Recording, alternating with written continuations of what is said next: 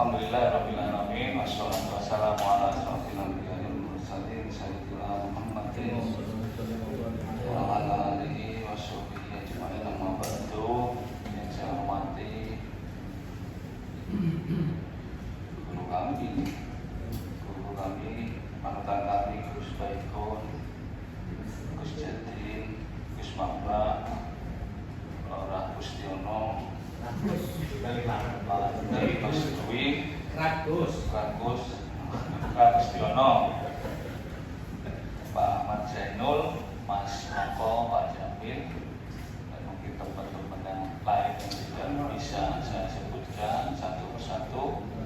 Teman-teman media yang saya hormati, alhamdulillah pada pagi siang hari ini kita bisa bertemu bersilaturahmi menindaklanjuti surat dari permohonan rapat dengan pendapat oleh pengurus pusat Topi Bangsa tentang polemik penyalahgunaan wewenang penggunaan BDT COVID-19 tahun anggaran 2020 tahun anggaran 2021. Perlu kami sampaikan Bapak-bapak sekalian bahwa surat permohonan baru kami terima Jumat sore, cuma sudah ada komunikasi dari sebagian teman-teman permohonan agar bisa ditemui tanggal 15 Agustus, yaitu pada hari ini.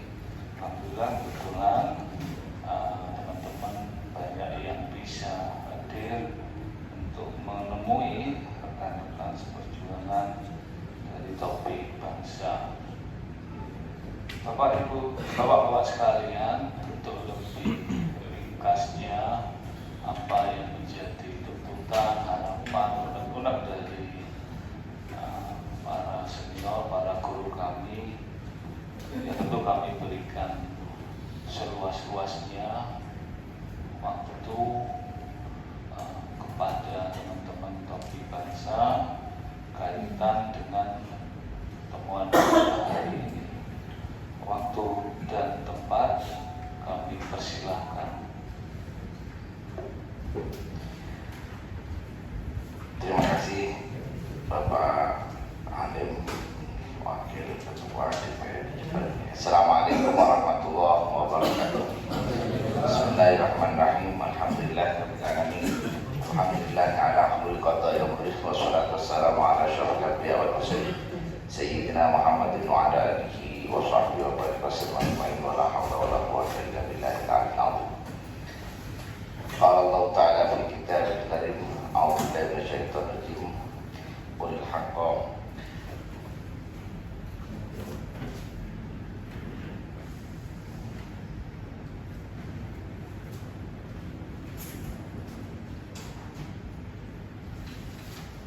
Qala Rasulullah sallallahu alaihi wasallam qul haqqa wa law kana murran. Allahumma shalli ala sayyidina Muhammad wa ala sayyidina Muhammad wa sallallahu alaihi wasallam.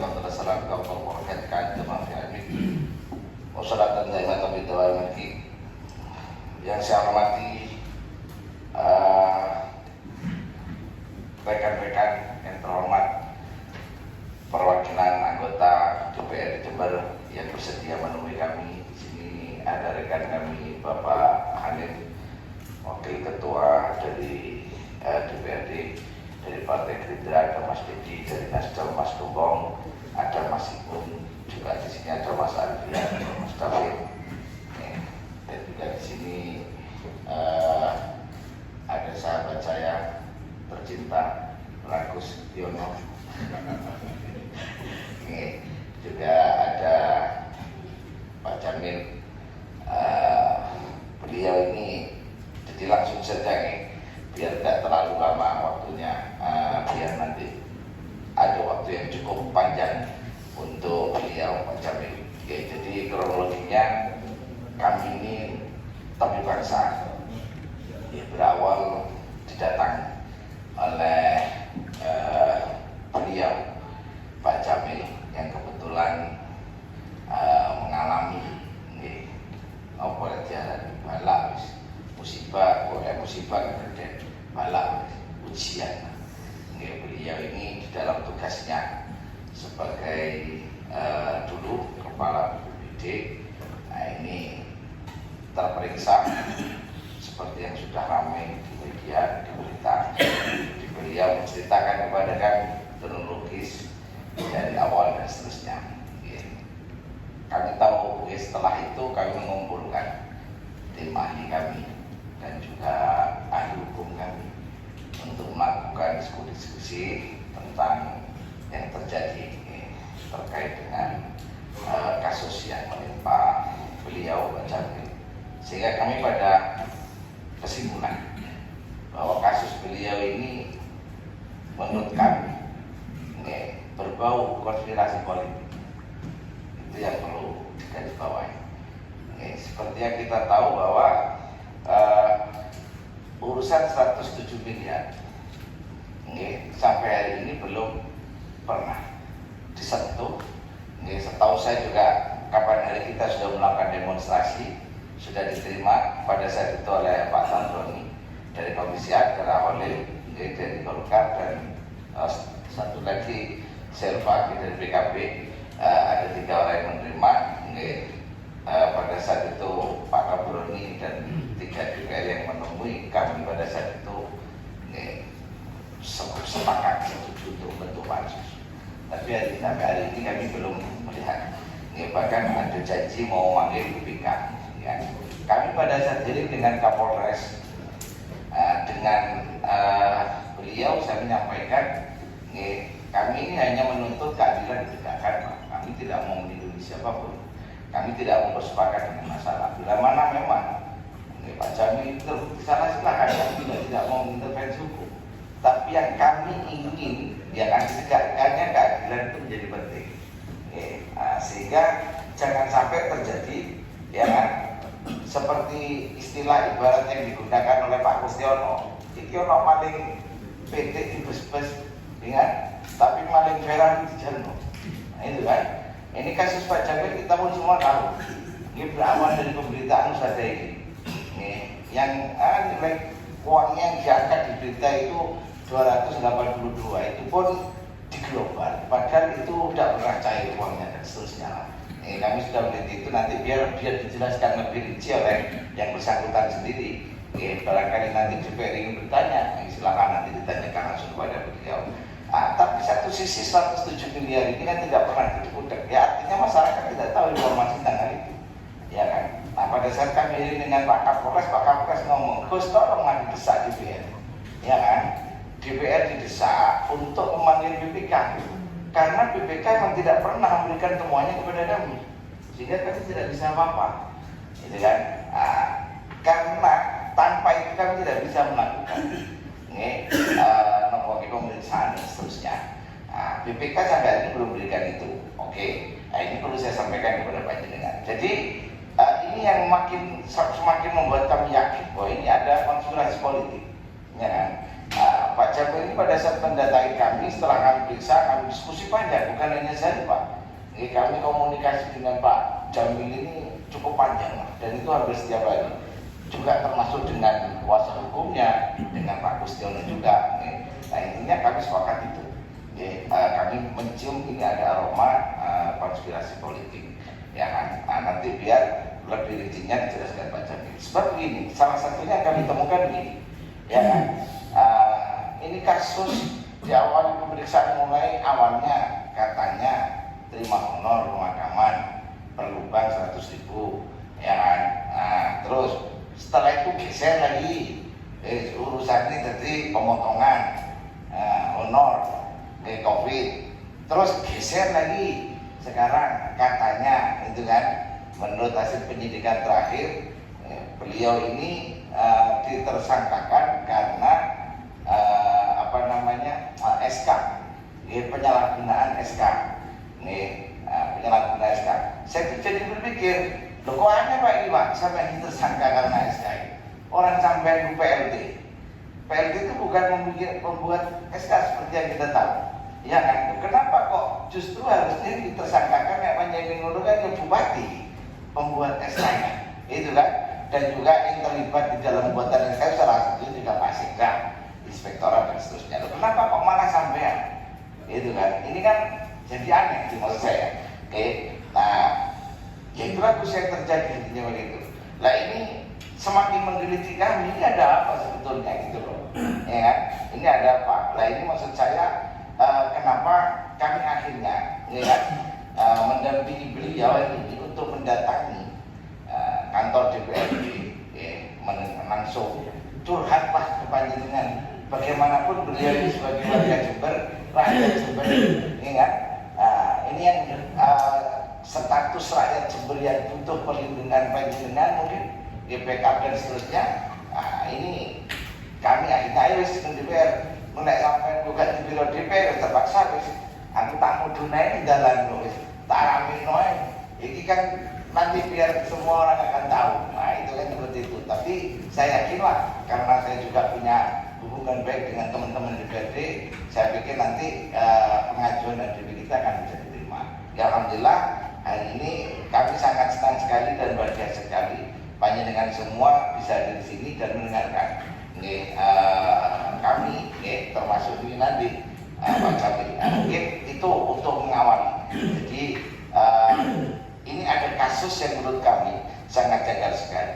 Di dalam penetapan tersangka beliau, di sini ada pihaknya Pak Jamil juga, nanti bisa konfirmasi langsung kepada beliau.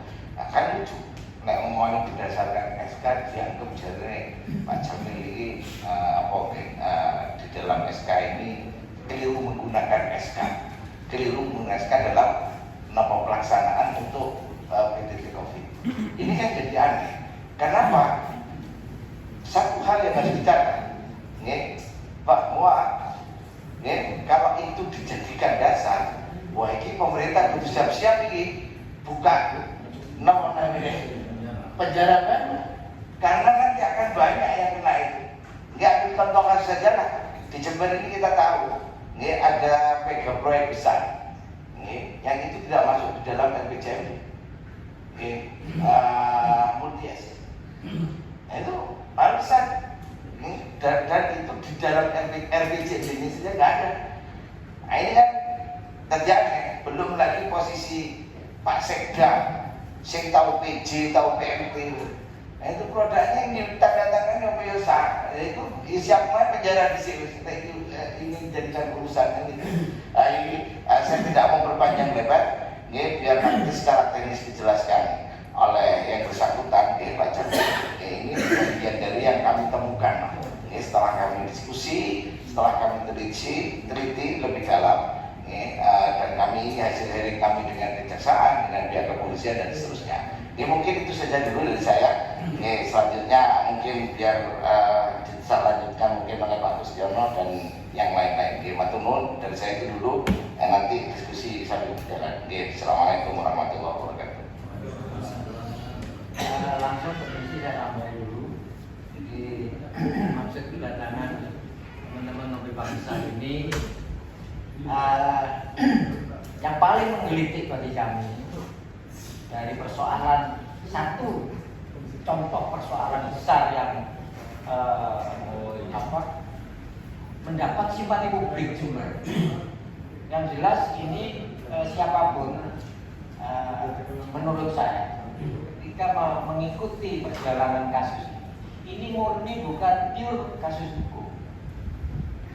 Kasus hukum kalau ngomong cuma pungli 100.000 pemotongan itu selesai dalam 2-3 bulan selesai sampai 1 tahun. Ini persoalan banget yang menurut saya tidak ada lain adalah ini sangat kental nuansa politisnya. Nah, anehnya dan sangat kami sayangkan, kami ini ketua rakyat, kami juga punya wakil rakyat yang bergerak dan dibayar oleh negara untuk bergerak di urusan politik itu. Tapi sampai hari ini tidak pernah ada lembaga DPR sebagai wakil kami yang ada di DPR dengan fasilitas dari uang kami itu mencoba masuk ke dalam persoalan politik ini.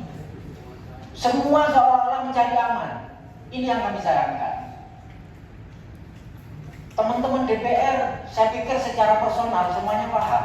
Tapi tidak ada satupun lembaga baik itu dari partai ataupun resmi secara kelembagaan yang masuk intervensi memberikan penjelasan yang jelas, yang terang benderang kepada publik bahwa sebenarnya begini-begini. Ini sebetulnya tuntutan kami. Nah, bisa jadi karena informasinya yang tidak seimbang. Bisa jadi teman-teman DPR, 50 anggota DPR, informasinya hanya dari sisi A. Sisi B-nya tidak pernah terdengar. Kenapa sisi B-nya tidak terdengar? Karena memang kebetulan powernya tempat cilik. Jadi gak di rumah, kalah gede soalnya dengan saya.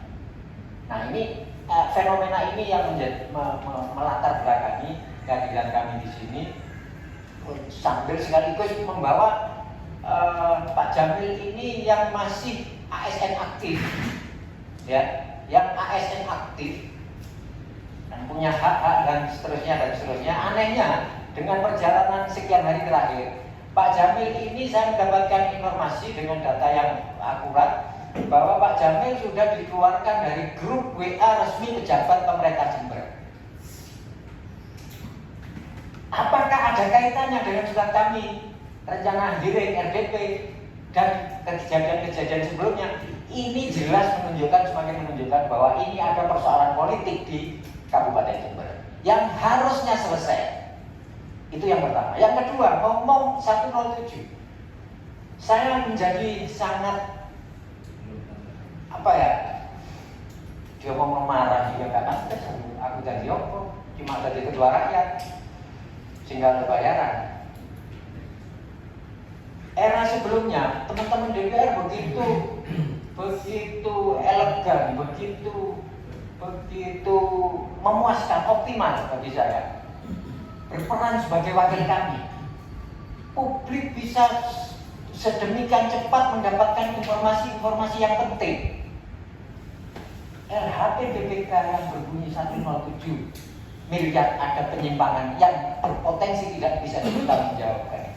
Aku tak berani nyolong, Pak. Sudah berapa bulan? Sejak bulan Mei 2000 LHP BPK gak beredar sama sekali. Kami yang biasanya mudah mengakses informasi itu untuk mempelajari gimana sih sopo sing nyolong, sopo sing paling bertanggung jawab menurut kacamata kami berdasarkan LHP BPK. Mempelajari tidak bisa. Ada apa dengan DPR? Kenapa informasi tertutup? Itu monggo dari dua hal itu kami inginkan ada perubahan dari teman-teman DPR sebagai wakil rakyat yang menikmati fasilitas dari uang kami semua.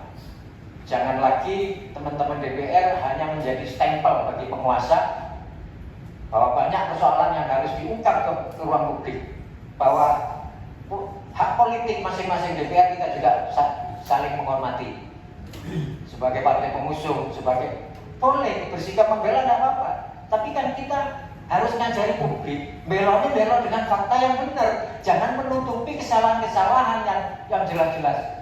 Satu contoh, mau masuk KSUTK, baru 12 hari bupati jadi bupati, dilantik bupati, sudah memperkirakan semua. Teman-teman DPR mana yang protes?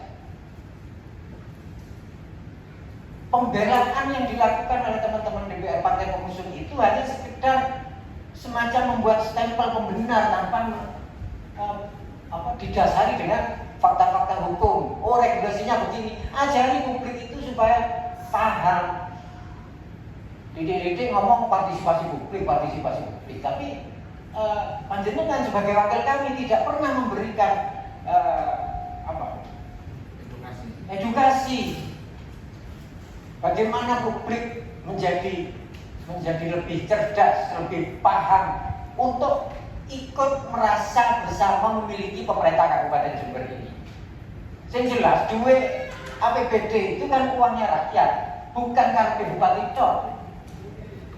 Saya dengar, ini baru dengar karena belum, informasinya masih sangat terbatas teman-teman DPR. 2023 sudah dianggarkan 60 miliar oleh bupati untuk rekrutmen tenaga, dibayar antara 1 sampai 1,5 juta, 6.000 sampai 7.000 pekerja, tenaga kerja. Itu duit sopo? 2023 jelas itu bagi saya jelas itu politik anggaran pilkada menjelang 2023. Kok mau proses-proses itu, ayo sama ini sebagai wakil kami, ajak kami, beri informasi kami supaya gak kagetan publik Jember ini. Nek kagetan itu terus reaksinya gak bisa terukur, demo anarkis. Nah, harapan saya dengan RDP ini kita coba ke depan untuk bisa menjalin hubungan yang lebih ideal. Panjenengan sebagai wakil beri kami informasi yang pas, tidak harus panjenengan sepaham dengan kami, segaris dengan kami. Bela-bela tidak apa-apa, tapi rasionalnya begini, oh aturannya begini, sehingga kehidupan berbangsa di Kabupaten Jember ini bisa lebih sesuai dengan harapan kita semua. Saya pikir itu. Terima kasih, mohon maaf. Assalamualaikum warahmatullahi wabarakatuh. Monggo. Selanjutnya Pak Jamil. Ya. Bismillahirrahmanirrahim. Assalamualaikum warahmatullahi wabarakatuh. Yang sangat saya hormati para pimpinan Dewan dan yang terhormat para anggota Dewan, kami menyampaikan penghargaan dan ucapan terima kasih yang tak terhingga. Kami merasa terharu karena panjenengan masih peduli terhadap nasib kami sebagai warga Jember. Hari ini kami memposisikan diri sebagai warga Jember karena faktanya walaupun baru secara normal kami tidak lagi diakui sebagai pejabat di lingkungan pemerintah Kabupaten Jember. Dengan kami dikeluarkan dari grup pejabat, grup resmi pejabat, kami sudah langsung konfirmasi kepada Bapak Bupati tanpa jawab izin Sekda, tanpa izin Gubernur, ini sah. Perpres 3 2018 jelas di dalam pasal 3 dan pasal 5 menunjuk itu. Termasuk kepala-kepala UPD, termasuk yang tidak kalah pentingnya adalah kepala BPKAD, selaku BPKD dan selaku BUD, mencairkan bertriliun-triliun uang APBD tanpa posisi yang sah. Karena pada saat itu jabatan sahnya selaku kepala BPKAD, selaku BUD adalah Ibu Juliana Harimurti. Dan itu terkonfirmasi dari SK pada tanggal 24 September 2021. Jabatan lama Ibu Juliana Harimurti adalah kepala BPKAD sampai dengan tanggal 24 September 2021. Itu tidak bisa ditambah. Bapak-bapak anggota Dewan yang kami hormati, pada waktu kami menjadi PLT Kepala BPBD tanggal 12 Maret 2021, kita semua tahu kita tidak punya APBD.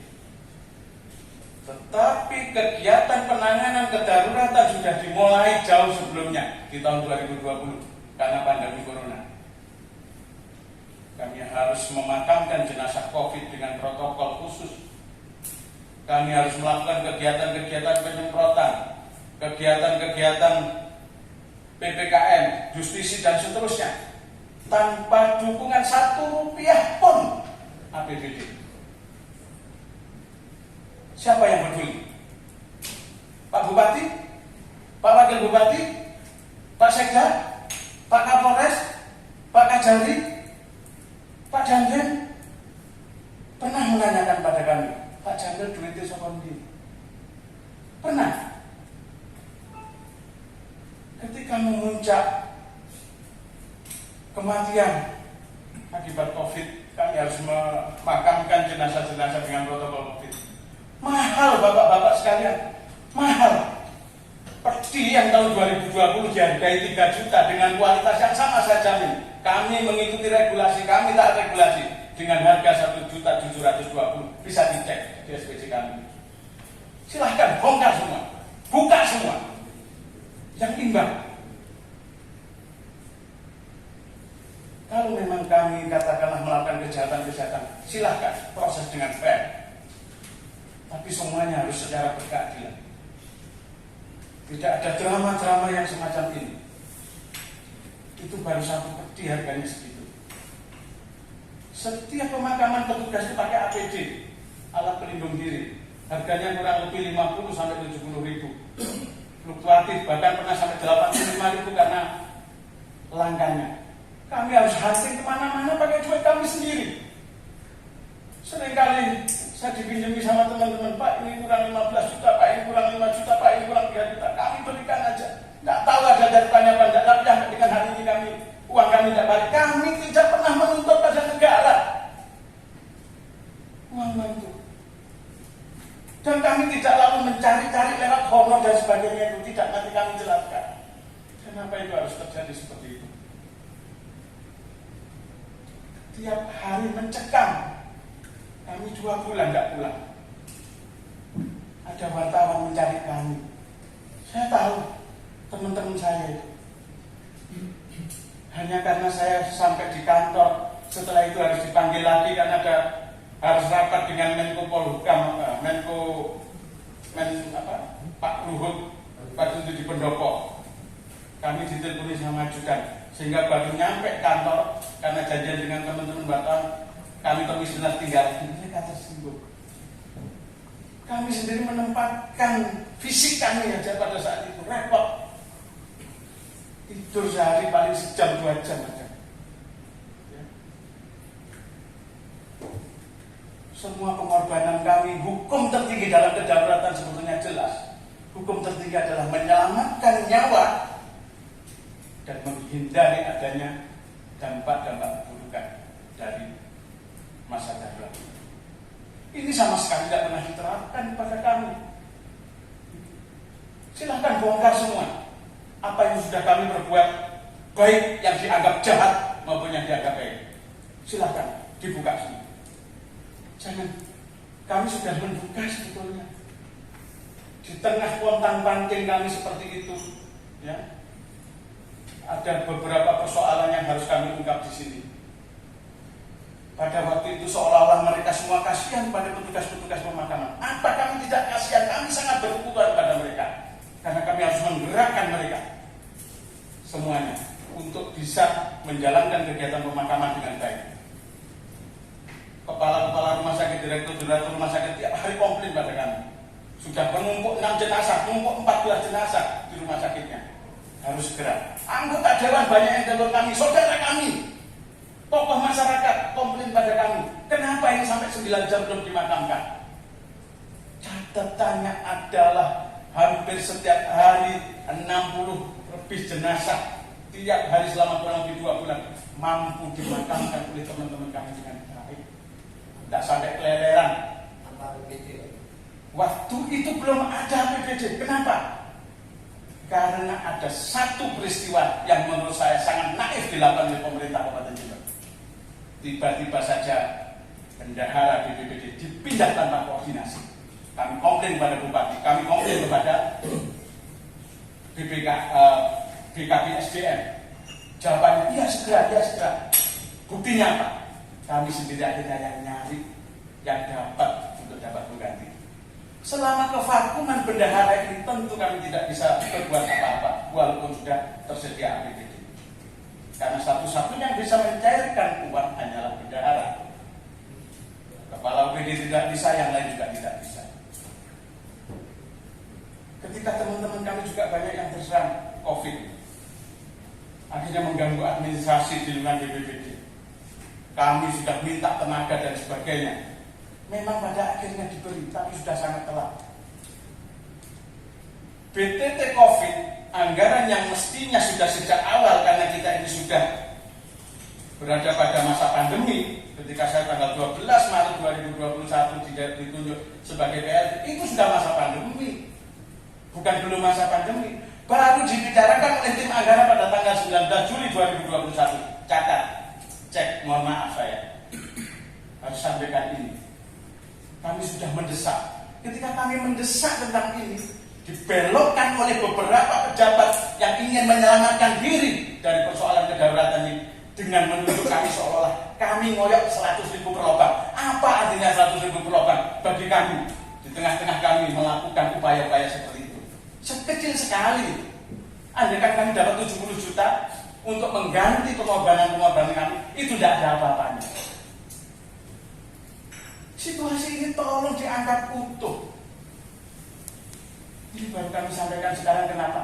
Karena tsunami pemberitaan informasi yang luar biasa yang seolah-olah tidak memberikan kesempatan kepada kami sama sekali untuk menunjukkan apa sebenarnya yang terjadi. Bapak-bapak anggota dewan yang kami hormati, andaikan berada persoalan ini, lalu pimpinan-pimpinan kami memberikan atensi, minimal menanyakan pada kami apa yang perlu terjadi Pak Jalil, tolong dibuatkan memori lengkap, laporan lengkap, ya kan? Padahal kami hampir tiap hari WA, hampir tiap hari telepon, hampir tiap hari melaporkan, Pak peti habis, Pak APD habis, Pak desinfektan habis, Pak masker habis, Pak. Kami menulis ke BPD Provinsi, kami menulis ke BNPB. Ketika harus mengorbankan duit, kami keluarkan, tidak pernah kami hitung-hitungan, dan tidak tercatat sampai dengan hari ini. Tidak tahu saya. Selain kami, tentu teman-teman kami di BPD juga pasti melakukan hal yang sama di luar kontrol kami. Ketika persoalan honor pemakaman muncul, kami merasa seperti dibidik saja dari awal. Kami merasakan betul suasana itu. Dimulai dari kasus penganiayaan petugas pemakaman di Pagusari. Menurut kami, apa yang kami lakukan sangat wajar. Kami ingin membesarkan hati para petugas pemakaman pada saat itu. Kenapa? Mohon maaf, TRC kami jumlahnya kurang lebih 30. Relawan-relawan yang berdatangan dari segala tempat diatur oleh teman-teman yang memang bertugas untuk itu. Kami tidak mengenal mereka memang, tetapi kami salut kepada petugas-petugas itu sekaligus yang pengendalinya. Buktinya mereka bisa bekerja dengan efektif. Kalaupun ada persoalan-persoalan administrasi, monggo kita urai. Kami selaku KPA jelas di dalam Permen 77 tahun 2020 peran kami sebagai KPA bagaimana, sebagai bendahara bagaimana, sebagai PPTK dengan timnya bagaimana, jelas. Cara penanganan, cara penatausahaan, cara pelaksanaan belanja BTT juga jelas. Ada SK Bupati yang nanti akan kami jelaskan kenapa SK ini lalu menjadi persoalan. Tetapi yang kami heran adalah ketika ini belum selesai, baru saja bendahara bekerja, baru saja PPTK bekerja, dan belum dilaporkan kembali kepada kami, lalu sudah menjadi atensi oleh APK. Bisa dicek di surat sita. Di situ tanda terima kepada para petugas itu belum utuh dan belum dilaporkan kepada kami selaku KPA. Bagaimana kami bisa mengetahui adanya peristiwa begini dan begitu? Belum lagi diinformasikan seolah-olah ada framing bahwa kami melakukan rapat dan sebagainya. Mari kita buktikan nanti, baik di forum ini maupun di pengadilan. Saya mohon maaf tidak ingin menonjolkan diri, tapi saya memang terkenal pilar soal administrasi di lingkungan pemerintah Kabupaten Jember. Kami sangat tertib untuk itu, kami sangat regulatif untuk itu.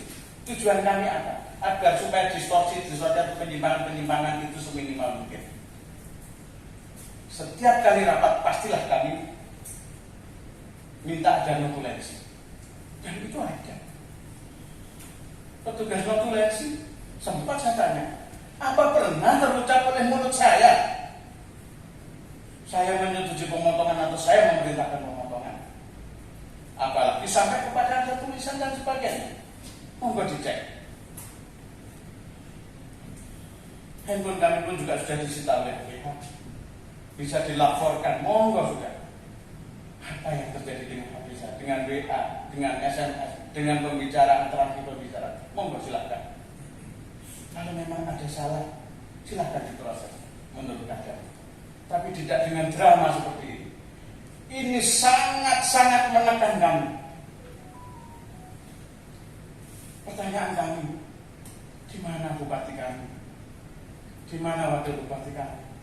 Di mana sekda kami? Pimpinan-pimpinan kami? Panjenenganlah yang menempat kami selaku PLT Kepala BPBD pada saat itu. Jelas SE nomor 1, SEBKN nomor 1 tahun 2021 jelas apa sih kewenangannya PLT itu. Apa yang bukan kewenangan PLT kepala UPD, sangat jelas. Kami juga tidak akan menyampaikan aspirasi di forum ini andaikan ini sudah ditangani oleh pimpinan-pimpinan kami. Kami di backup penuh karena pada waktu itu kami bertugas atas penugasan beliau-beliau.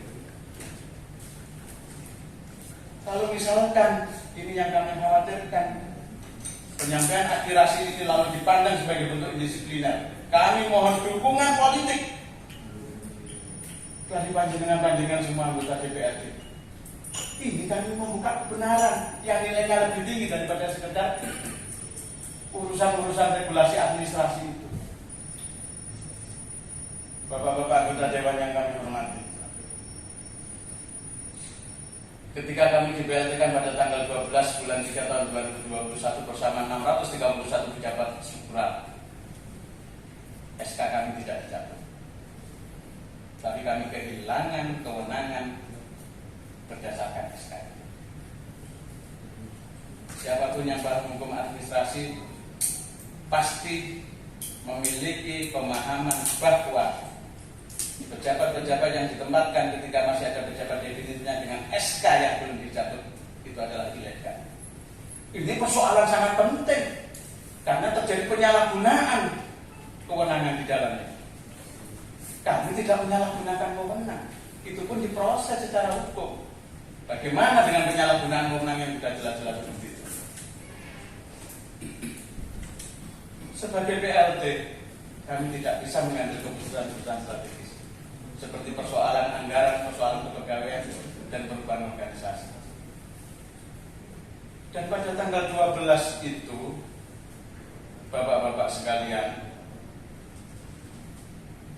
seorang kepala daerah berdasarkan pasal 162 Undang-Undang 10 2016 tanpa persetujuan Menteri Dalam Negeri tidak bisa melakukan mutasi, tidak bisa melakukan pergantian jabatan. Ada perubahan status hukum pada pejabat-pejabat. Contohnya misalkan saya, terjadi perubahan status hukum. Saya tidak lagi punya kewenangan sebagai kepala dinas koperasi, tapi saya punya kewenangan hanya selaku PLT kepala BPD. Itu jelas pergantian pejabat. Monggo dipelajari, monggo dikonsultasikan.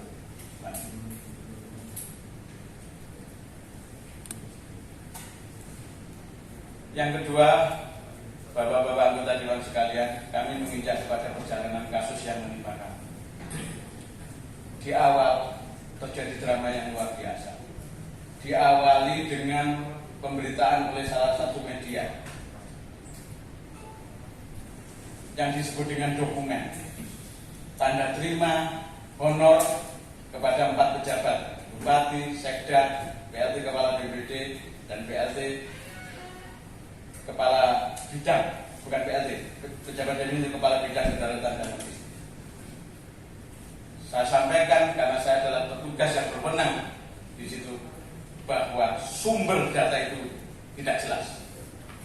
Bentuknya file yang siapa saja bisa bikin, tidak ada satupun notifikasi, katakanlah tanda tangan dan sebagainya. Siapa yang bisa mengesahkan, menilai itu sebagai otentik? Tidak ada. Tapi itu membimbing semua pihak. Saya tidak berani mengatakan apakah misalkan APH juga terbimbing oleh informasi itu. Saya tidak berani. Saya tidak berani berspekulasi seperti itu. Tapi faktanya adalah setelah itu ada pemeriksaan-pemeriksaan.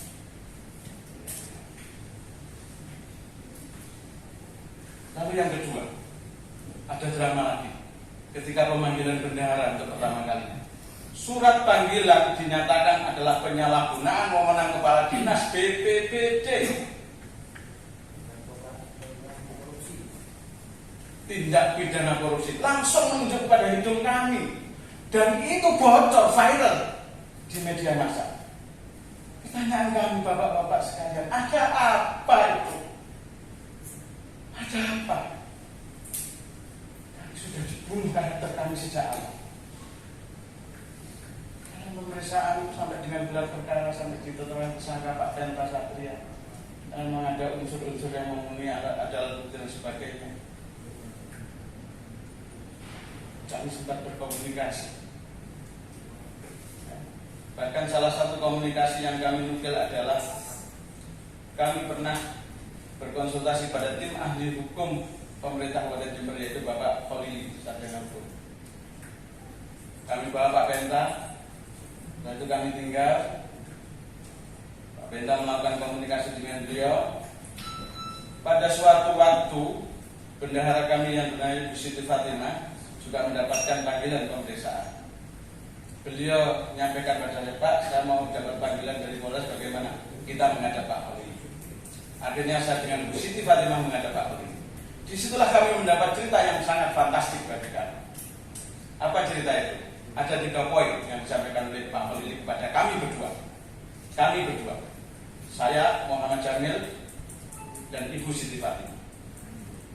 Beliau menyampaikan, beliau bertanya kepada Pak Penta, siapakah yang berinisiatif melakukan pemotongan? Kami masih ingat cerita dari Pak Khalili, jawabannya adalah kami sendiri yang berinisiatif untuk mengembalikan uang pinjaman kami kepada para petugas pemakaman. Yang kedua, Pak Khalili tanya, apakah ada perintah dari pimpinan sampean Pak Jamil? Dijawab oleh Pak Penta menurut ceritanya Pak Khalili, tidak Pak, karena Pak Jamil tidak tahu persoalan. Yang ketiga, saya baru tahu setelah ada pemeriksaan dari Polres. Setelah itu diceritakan oleh Pak Khalili tentang adanya talangan untuk honor bulan Maret 2021 dari uangnya Pak Penta. Kami sempat dikonfirmasi oleh penyidik-penyidik pada waktu itu di kantor kami. Kami terus terang aja bingung, pencairan belum ada, kok tiba-tiba kami dituduh ada pemotongan. Akhirnya kami konfirmasi kepada Ibu Siti Fatimah selaku bendahara. Kami minta rekapitulasi realisasi, ternyata tidak ada. Kami baru tahu setelah ada pemeriksaan dan setelah itu diceritakan oleh Pak Khalili demikian. Kalau demikian terjadi offset tugasnya PPTK. Kenapa? Mestinya yang harusnya menyusuli acara penjara adalah KPA, yang seharusnya mencairkan keuangan harusnya bendahara. Tetapi itu diterabas dengan langsung memberikan talangan tanpa koordinasi dengan KPA. Sangat clear. Sebetulnya sangat. Kami bukan mencoba, silahkan dicari alat-alat bukti dan sebagainya. Kami akan mengikuti mentaati proses itu. Nah, setelah penetapan tersangka sampai kepada pemberkasan dan dilimpahkan kepada kejaksaan, Bapak-bapak anggota Dewan yang terhormat, kami tiba-tiba mendapatkan informasi yang ini kami keep informasi itu dari mana?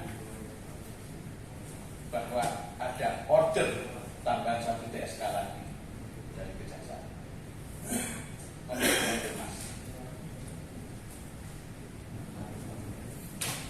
Cerita-cerita di baliknya nanti akan kami sampaikan tertutup kepada bapak-bapak sekalian.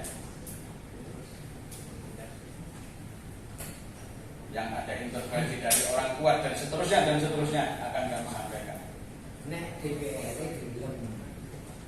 Kalau dewannya mau, tapi saya meyakini mau enggak. Insya Allah beliau-beliau ini sudah komitmen menerima kami tentu dengan segala komitmen untuk berikutnya. Harapan kami, permohonan kami itu. Mohon maaf kalau kami menyampaikannya agak mendadak karena ini setahun kami pendam ini. Rasanya kami ini berterima kasih kepada Gus Baikun, Gus Mahambak, Gus Jadil, Gus dan kawan-kawan yang lain yang tidak bisa saya sebutkan satu persatu. Karena kami memang ngempet betul terhadap persoalan ini. Kami tidak ingin ada ledakan-ledakan yang luar biasa. Walaupun insya Allah kalau ini kita buka semuanya, Jember ini bisa meledak. Insya Allah. Berikutnya, tiba-tiba di bulan di bulan Mei akhir setelah Idul Fitri, kami mendapatkan kasak kusuk yang luar biasa. Dan kasak kusuknya dilalak. Itu terjadi benar. Kasak kusuk itu terjadi benar. Kalaupun dikonfirmasi kepada beliau-beliau lalu setelah itu mulai menyampaikan yang sebaliknya, Allah Maha Tahu. Saya yakin malaikat tidak akan mengurangi catatannya. Biar orang-orang yang memutar balik omongan-omongan itu baik segera maupun lambat akan mempertanggungjawabkan pemutar balikan fakta itu di hadapan Allah kelak, baik di dunia maupun di akhirat. Contoh misalkan, menginformasikan pada kami ada CPA-nya jelas, ya kan? Supaya kami koordinasi dengan Pak A, dengan Pak B, dengan harapan supaya tidak jadi TSK dan sebagainya. Mohon maaf, kami terbiasa taat regulasi, kami terbiasa taat hukum, itu tidak kami lakukan. Tapi begitu yang bersangkutan dikonfirmasi, yang bersangkutan ngomong tidak, monggo saja, chatnya jelas, kami punya bukti. Ada yang telepon kepada kami, transkripnya insya Allah juga bisa dilapor. Ada yang laporan kepada kami, setelah itu dikonfirmasi juga menyampaikan yang sebaliknya, juga tidak apa-apa kami. Tetapi yang lebih lagi adalah bahwa ada informasi yang disampaikan oleh teman kami dari PH-nya Pak Menta yang menyatakan bahwa Pak Jamil pada hari Jumat akan diperiksa, setelah itu HP-nya akan disita, dan setelah itu hasil lapor berdasarkan hasil lapor Pak Jamil TSK. Itu semuanya tiga-tiganya terjadi semua. Ini luar biasa. Ini drama yang menurut saya luar biasa. Ada apa dengan Jamil juga kok harus gitu?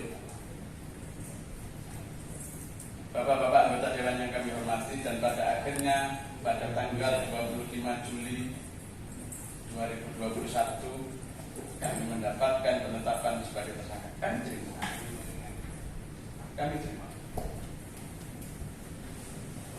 Dan kami menggunakan hak hukum kami untuk memperadilankan, karena kami punya keyakinan yang sangat kuat bahwa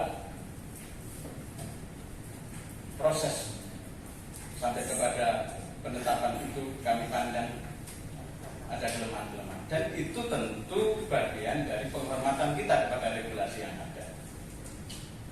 Ini ditarik-tarik, di framing sedemikian rupa. Mohon maaf bapak-bapak dari kepolisian, kami tidak punya kebencian baik kepada personil apalagi pada institusi. Kami sangat hormat pada institusi, siapapun institusi, apapun institusi. Kami sangat hormat. Yang kami heran adalah bahwa ada proses penegakan hukum yang seolah-olah ada drama dan main-main di dalamnya. Itu yang tentu kami sangat menyayangkan.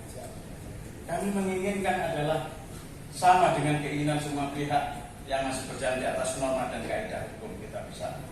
Mari kita hormati bersama-sama KUHP, KUHAP, dan semua proses, termasuk upaya hukum kami untuk melakukan peradilan.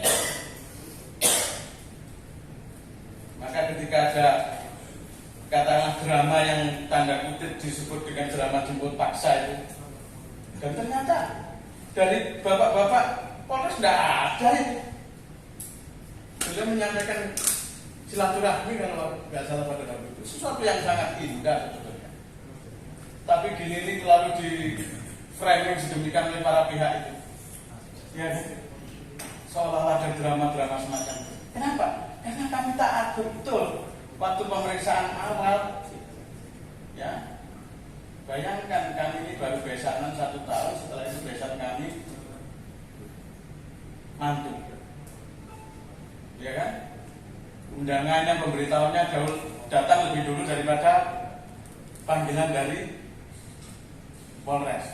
Tentu kami menyampaikan izin itu lewat PH kami, resmi surat, memang tidak diekspos, tapi di framing sedemikian rupa diputar oleh seolah-olah kami melakukan manggil. Panggilan kedua, kami sudah mendaftarkan diri pra peradilan. Logikanya sederhana, kalau pra peradilan ini kan artinya, ya kan, status ketersangkaan ini sedang diuji. Lah kami sedang diperiksa sebagai tersangka. Tentu kami menyampaikan informasi kepada pihak Polres, ya kan? Dan sudah diterima oleh pihak antara pihak Polres dengan kami tidak ada masalah. Yang ada masalah ini yang memberitakan ini, gitu. Ini mohon ini juga menjadi pencerahan kepada warga masyarakat secara keseluruhan. Kita mengedukasi semuanya bahwa hal-hal yang sedemikian ini tentu memporak-porandakan hubungan sosial di antara kita. Bapak-bapak anggota dewan yang kami hormati, walaupun setelah itu tanpa surat panggilan dan sebagainya, atas kesadaran kami, kesediaan kami dan juga niat baik dari Polres, kami pada hari Sabtu dan pada hari Senin berikutnya menjalani pemeriksaan sebagai tersangka. Kami lakukan dengan baik, full sampai dengan selesai. Semua pertanyaan, semua kebutuhan berkas dan sebagainya kami sampaikan. Tidak ada yang kami tutupi, tidak ada yang kami istilahnya tidak penuhi.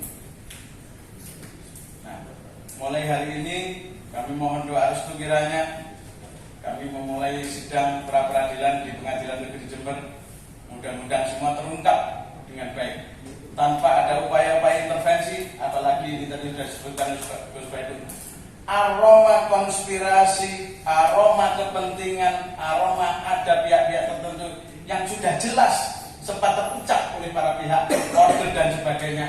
Mohon dengan hormat, mohon dengan sangat, mohon kami sebagai warga Jember, kami sebagai PNS pemerintah Kabupaten Jember yang 34 tahun mengabdi,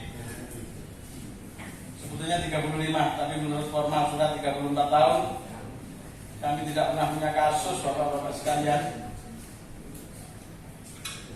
Tolong dikawal, tolong betul-betul dipendeliti bahwa semua berjalan dengan fair, berjalan dengan keadilan. Lalu yang ketiga, kami perlu menceritakan beberapa hal yang kami rasakan sebagai kejanggalan. Awalnya kami diperiksa untuk urusan honor 70.500.000. Kedua, kaitan dengan pemotongan. Monggo lah, silakan kalau ada alat-alat bukti yang kuat, silakan diproses. Kami tidak keberatan, kami warga negara yang taat hukum. Berikutnya sekarang ini bergeser lagi pada persoalan-persoalan SK. Banyak hal yang lucu, bapak-bapak sekalian, soal SK ini kami merasakan sesuatu yang janggal. SK tim pemakaman itu tertanggal 30 Maret 2021. Bapak-bapak tahu pada tanggal 30 Maret 2021 tidak ada APBD. Belum ada APBD. Ya kan?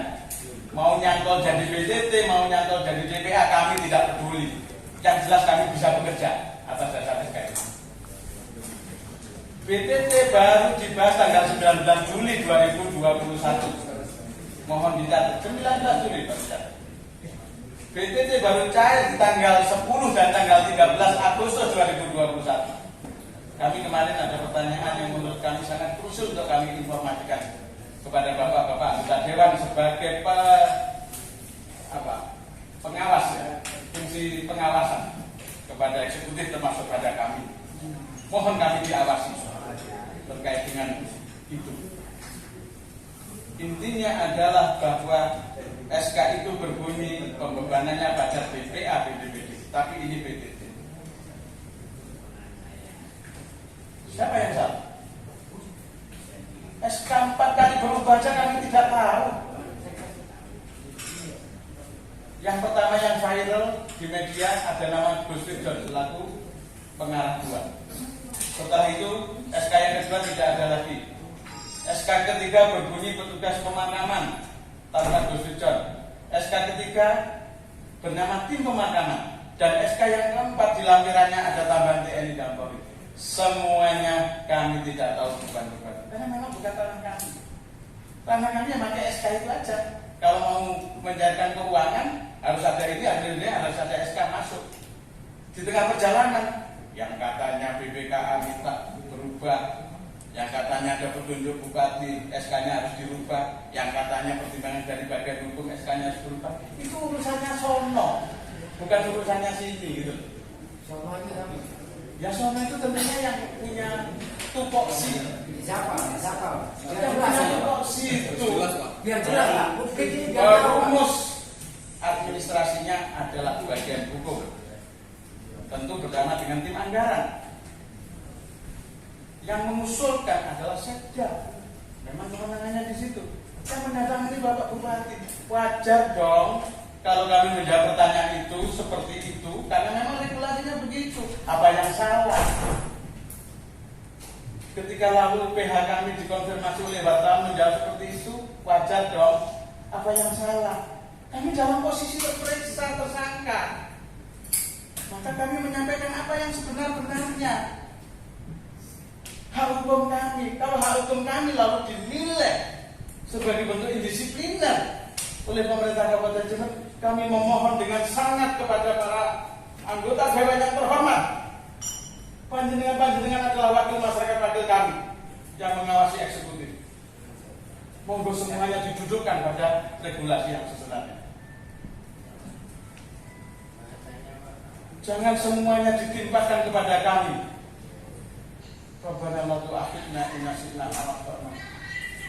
Rabbana wa la tahmil 'alaina isran kama hamaltahu 'alal ladzina min qablina. Rabbana wa la tuhammilna ma la taqata lana bih. Wa'fu 'anna waghfir lana warhamna anta maulana fansurna 'alal qawmil kafirin. Ya Allah. Demikiankah wajah pemerintahan Kabupaten Jember memposisikan salah satu pejabatnya, kecuali kami melakukan kesalahan-kesalahan fatal.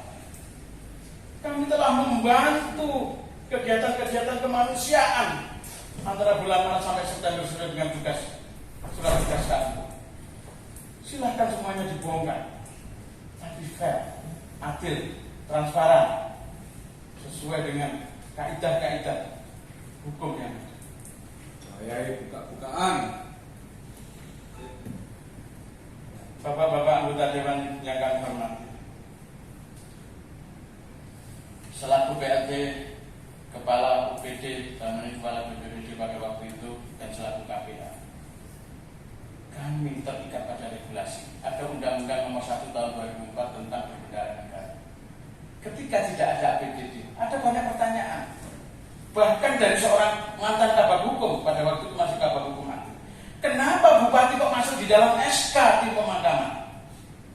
Kami jawab, silakan cek sampai dengan ke Mahkamah Agung. Mohon maaf, kami harus sampaikan ini.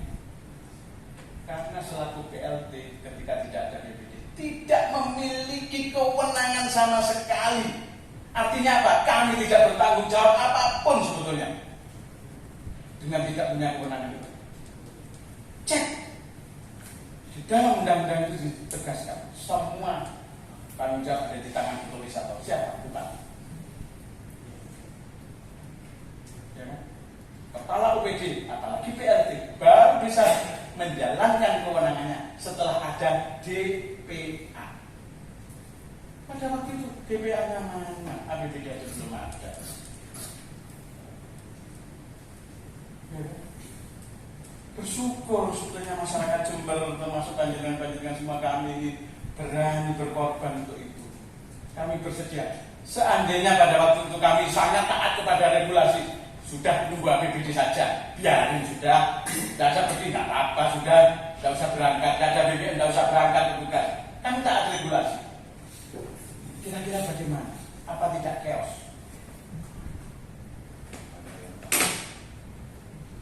Ternyata hasil kerja kami yang baik diganjar menjadi tersangka. Masya Allah. Masya Allah. Masya Allah. Lalu bilang. Inilah kenapa kami memberanikan diri aktif di tempat ini pada saat ini. Saya yakin ini terbaca oleh semuanya.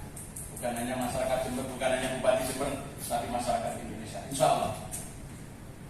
Ini baru sekelumit yang bisa kami sampaikan.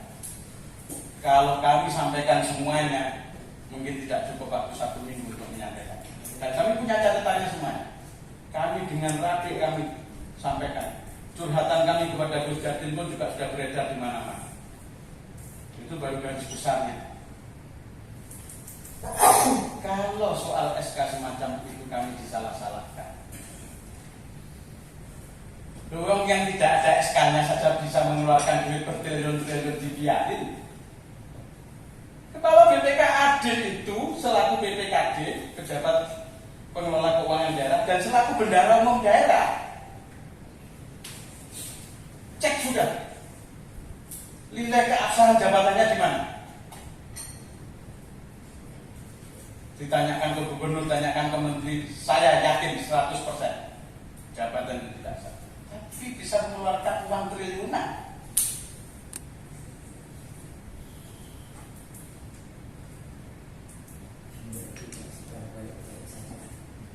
Sementara kami di masa kedaruratan seperti itu bisa memakamkan beribu-ribu jenazah, hanya keluar duit berapa dan itu sudah nyampe, bahwa lalu di situ ada potensi pemotongan oleh orang-orang yang monggo dipertanggungjawabkan secara fair. Siapa berbuat dia bertanggung jawab.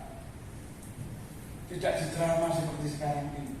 Seolah-olah kami harus bertanggung jawab terhadap semuanya. Urusan SK Jamil harus bertanggung jawab, urusan pemotongan Jamil harus bertanggung jawab, urusan apa lagi, pokoknya salah harus Jamil. Ini apa sebenarnya Jamil ini lagi? Ada apa dengan Jamil? Ada apa dengan kita? Jamil. Jadi setelah besok lagi Pak Jamil dipersingkat mungkin ya. Bagus sih.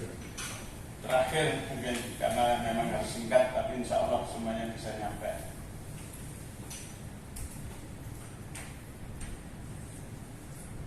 Di dalam Undang-Undang 12 tahun 2011, Bapak-Bapak sekalian, sangat jelas pasal 86 dan 87 mohon dicatat. Di pasal 86 ayat 3 disebutkan bahwa peraturan keputusan mulai berlaku sejak diundangkan oleh Sekretaris DPR.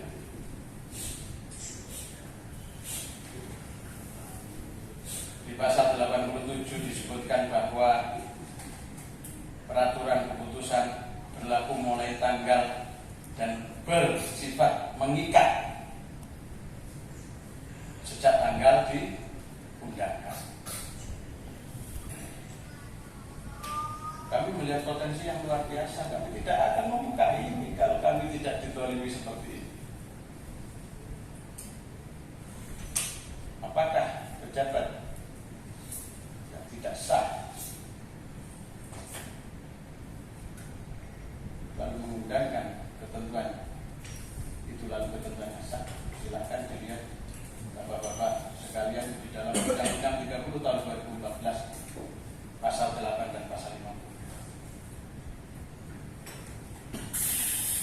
Kami berkepentingan untuk melakukan uji ini di PT UN.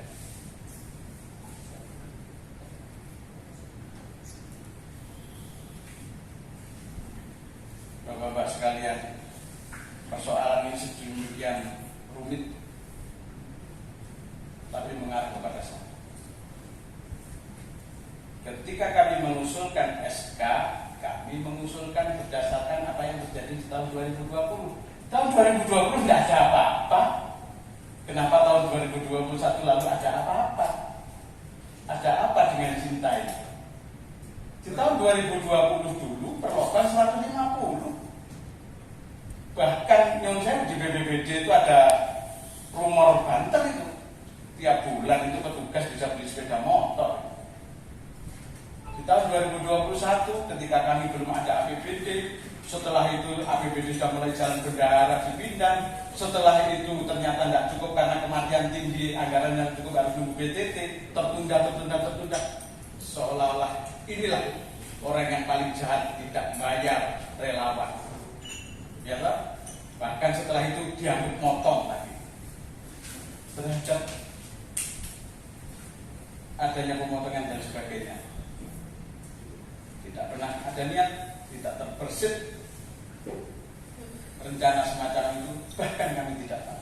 Setelah tiba-tiba ada pemeriksaan baru kami ngeh. Apalagi ini di drama lagi, katanya untuk pembelian seragam PDL warna oranye dan sebagainya. Anggarannya ada, ngapain harus motong-motong? Ngapain kita itu istilahnya untuk perform sampai istilahnya nari duitnya orang-orang. Duitnya cukup, PMP ini banyak, silpanya aja 600 M. Ngapain kita harus punya pikiran-pikiran seperti itu? Jadi mohon maaf Bapak-bapak sekalian, kalau kami karena ngumpet setahun mungkin dipandang ada emosi dan sebagainya, itu datangnya dari kami selaku insan yang dhaif, yang lemah, yang fakir ini. Tapi niat kami adalah mengungkap ini sejelas-jelasnya Kami memohon dalam forum ini kepada yang terhormat Bapak Bupati, Bapak Wakil Bupati, Bapak Sekda, mari kita benahi pemerintahan kita bersama-sama. Dengan taat regulasi. Saya sangat senang dengan komentar Bapak Bupati di media-media. Beliau taat regulasi. Mari kita tunjukkan sampai seperti apa ketaatan itu, seperti apa yang telah kami ungkapkan data-data dan fakta-fakta. Karena itu menjadi sangat penting. Ini bukan upaya kami supaya terbebas dari persoalan ini, lebih besar daripada sekedar itu. Penjara nomor tahan. Mudah-mudahan ya, janganlah korban harus di penjara. Banyak dikit. Jadi sekali lagi dalam kesempatan yang baik ini kami menyampaikan permohonan maaf sedalam-dalamnya, sebesar-besarnya atas segala sesuatu yang menjadi kelemahan kami, dan kami memberikan penghargaan kepada sekali lagi Bapak-bapak anggota Dewan, penghargaan kepada pimpinan-pimpinan kami di pemerintah daerah manakala beliau-beliau berkenan untuk perhatian memberikan atensi penuh terhadap persoalan ini. Tentu tidak akan terjadi dialog pada siang hari ini manakala semuanya sudah bisa diakomodir oleh pimpinan-pimpinan kami. Tentu kami juga tidak ingin istilahnya merendahkan diri kami dari seorang pejabat eselon 2 menjadi rakyat jelata yang harus kumis-kumis pada dewan. Ini sudah pengorbanan yang kesekian kalinya yang luar biasa yang harus kami lakukan. Demi apa? Demi tegaknya kebenaran dan keadilan. Saya kira demikian. Terima kasih. Wassalamualaikum warahmatullahi wabarakatuh. Saya nyambung dulu. Jadi intinya saya ingin sesuai dengan surat Bakti Bangsa bahwa kita ingin forum yang lebih luas. Tapi karena waktu mendesak dan seterusnya, alasan-alasan itu bisa kita maklumi, belum memungkinkan hari ini. Tapi kami ingin forum ini bisa lebih luas. Syukur-syukur bisa menghadirkan bupati, sekda dan seterusnya, agar tidak ada fitnah, tidak ada dusta di antara kita. Tadi ngomongin Pak Jamil ini karena masih sedang kita posisi, kita percaya kepada Pak Jamil. Ya Pak jadi bupati. Nah kita kalau memang demi kebenaran DPR meminta itu forum tertutup, tidak masalah. Meskipun naik keinginan kami sebagai rakyat, jadi wilayah itu bupati ngomong apa, Pak Jamil ngomong apa, Sekda ngomong apa, harus jelas, harus bisa menunjukkan sopo sakjane ular kekisruhan yang ada. Harapan saya, harapan kami hanya bisa bergantung pada goodwill, political will dari wakil-wakil kami yang ada di DPR. Saya pikir itu. Saya ingin menambahkan ini. Jadi kenapa yang menjadi perhatian kami? Tentu, ya kan, seperti yang sudah terungkap, baru sebagian kecil sebetulnya yang beliau ceritakan detail, mulai dari permasalahan startup kami, tahu mendampingi beliau, mulai dari pertama sampai dengan hari ini, sehingga kami yakin betul. Dan kami melibatkan orang-orang yang kami anggap ahli, baik itu hukum administrasi, pakar hukum pidana, dan seterusnya. Sehingga kami mengambil kesimpulan bahwa menurut pandangan kami Pak Jamil tidak salah, ya kan? Tapi inilah yang terjadi. Ini yang jadi pertanyaan besar. Terus umpamanya akhirnya negara ini memutuskan menghukum seseorang yang tidak jelas salah. Pertanyaan saya, kerugian negara itu di mana? Berapa? Padahal kita tahu, Kejaksaan Agung sudah mengeluarkan keputusan RJ, Restoratif Justice. Kenapa? Karena negara tahu besar. Setiap kasus yang diangkat, mulai dari awal penyidikan sampai dengan persidangan, itu mencapai 100 juta. Di kasus yang ini yang hari ini terjadi, yang ditersangkakan kepada beliau, nilai kerugian negara mau ditumbang nggak sampai 100 juta Pak. Itu pun kalau ada. Ini Catorle, Jackson. Pada saat kami tanyakan kepada Kapolres, kami tidak melihat kecil besarnya kerugian. Loh, saya sampai di menjara uang kerugian itu bukan bangkrut lagi. Tolong dipahami. Apakah bangkrut negara kita ini? Belum lagi akan bertambah pengangguran. Macam kita terakhir di penjara di pengangguran. Sampai atas yang makan belanja di anak cucu itu. Gimana sih kemanusiaan? Satu sisi 107 miliar dicari, tidak jelas. Dan ini kami datang juga mengingatkan dengan semua rekan-rekan kami. Oh, gak jelek BPKB ini, tanyakan dan seterusnya. Itu kan, ini. Jadi kok lucu, lalu terus ini terus kan jadi masalah ini, ya kan? Ini. Jadi saya tuh masya Allah lucu. Ingat terus saya dengan kalimat yang dipakai rekan saya tadi. Kok lucu dan Jemberi? Ono maling PT di bus-bus, nah ono si nyolong Ferrari, nyolong sapi dicari. Ini kan terjadi, ya kan? Monggo kita punya sejarah. Saya juga kebetulan mengikuti kasus Panas. Akhirnya divonis Paris, divonis. Loh, kita tahu lah, yang ini tahu lah, gak goblok-goblok banget. Orang sekarang sudah terbuka ini. Iya kan? Anas, Paris, Ispiro, pakai krono, Pak Cikatul, Pak. Saya pastikan ini justru yang menikmati. Ini saya pertanyakan sekarang masih melenggang kampung, saya naik-naik. Iya kan? Iya kan? Saya pernah ditelepon oleh alamat tadi di Ketua DPD. Beliau tanya ke saya, Gus, itu dijemberkan disclaimer. Jangankan disclaimer, tidak wajar saja potensi pelanggaran pidana korupsi itu pasti ada. Oh, mani disclaimer, Pak. Dan itu totalnya juga mengerikan, 270 sekian. Jenengan juga sudah tahu, ya kan, bahwa sebagian uang kemarin digunakan untuk kampanye. Ya kan, hari ini kami harus teriak-teriak. Kenapa? Karena akan terulang lagi sejarah itu. Seperti tadi sudah sedikit dikutip oleh Pak Gustono, ya kan? Nah, dalam LHBPK kemungkinan nanti bahwa PKS bahwa sudah akan dianggarkan di 2023 ini dana 60 miliar, didirikan dan seterusnya. Yang mana itu untuk menggaji karyawan sampai 7 sekian, ya kan? Duh Pak, ikilah pengulangan masa lalu Pak. Dengan kali kalau berjuang bareng ini, membongkar ini, ya kan, dapat kedok satgas telek kucing itu, gak jelas. Dan itu pakai uang rakyat. Hari ini akan dilakukan lagi. Apa sampai nggak perlu turun? Tapi satu sisi kalau kasus kemanusiaan seperti ini, ya, dan itu saya post major. Tidak kemana media hukum, ya mau Jemberi. Kita lawan, Gus. Ini loh, maksud saya, lihat kan, ini yang menjaga atensi kami. Kami mendirikan ormas untuk ini, ya kan?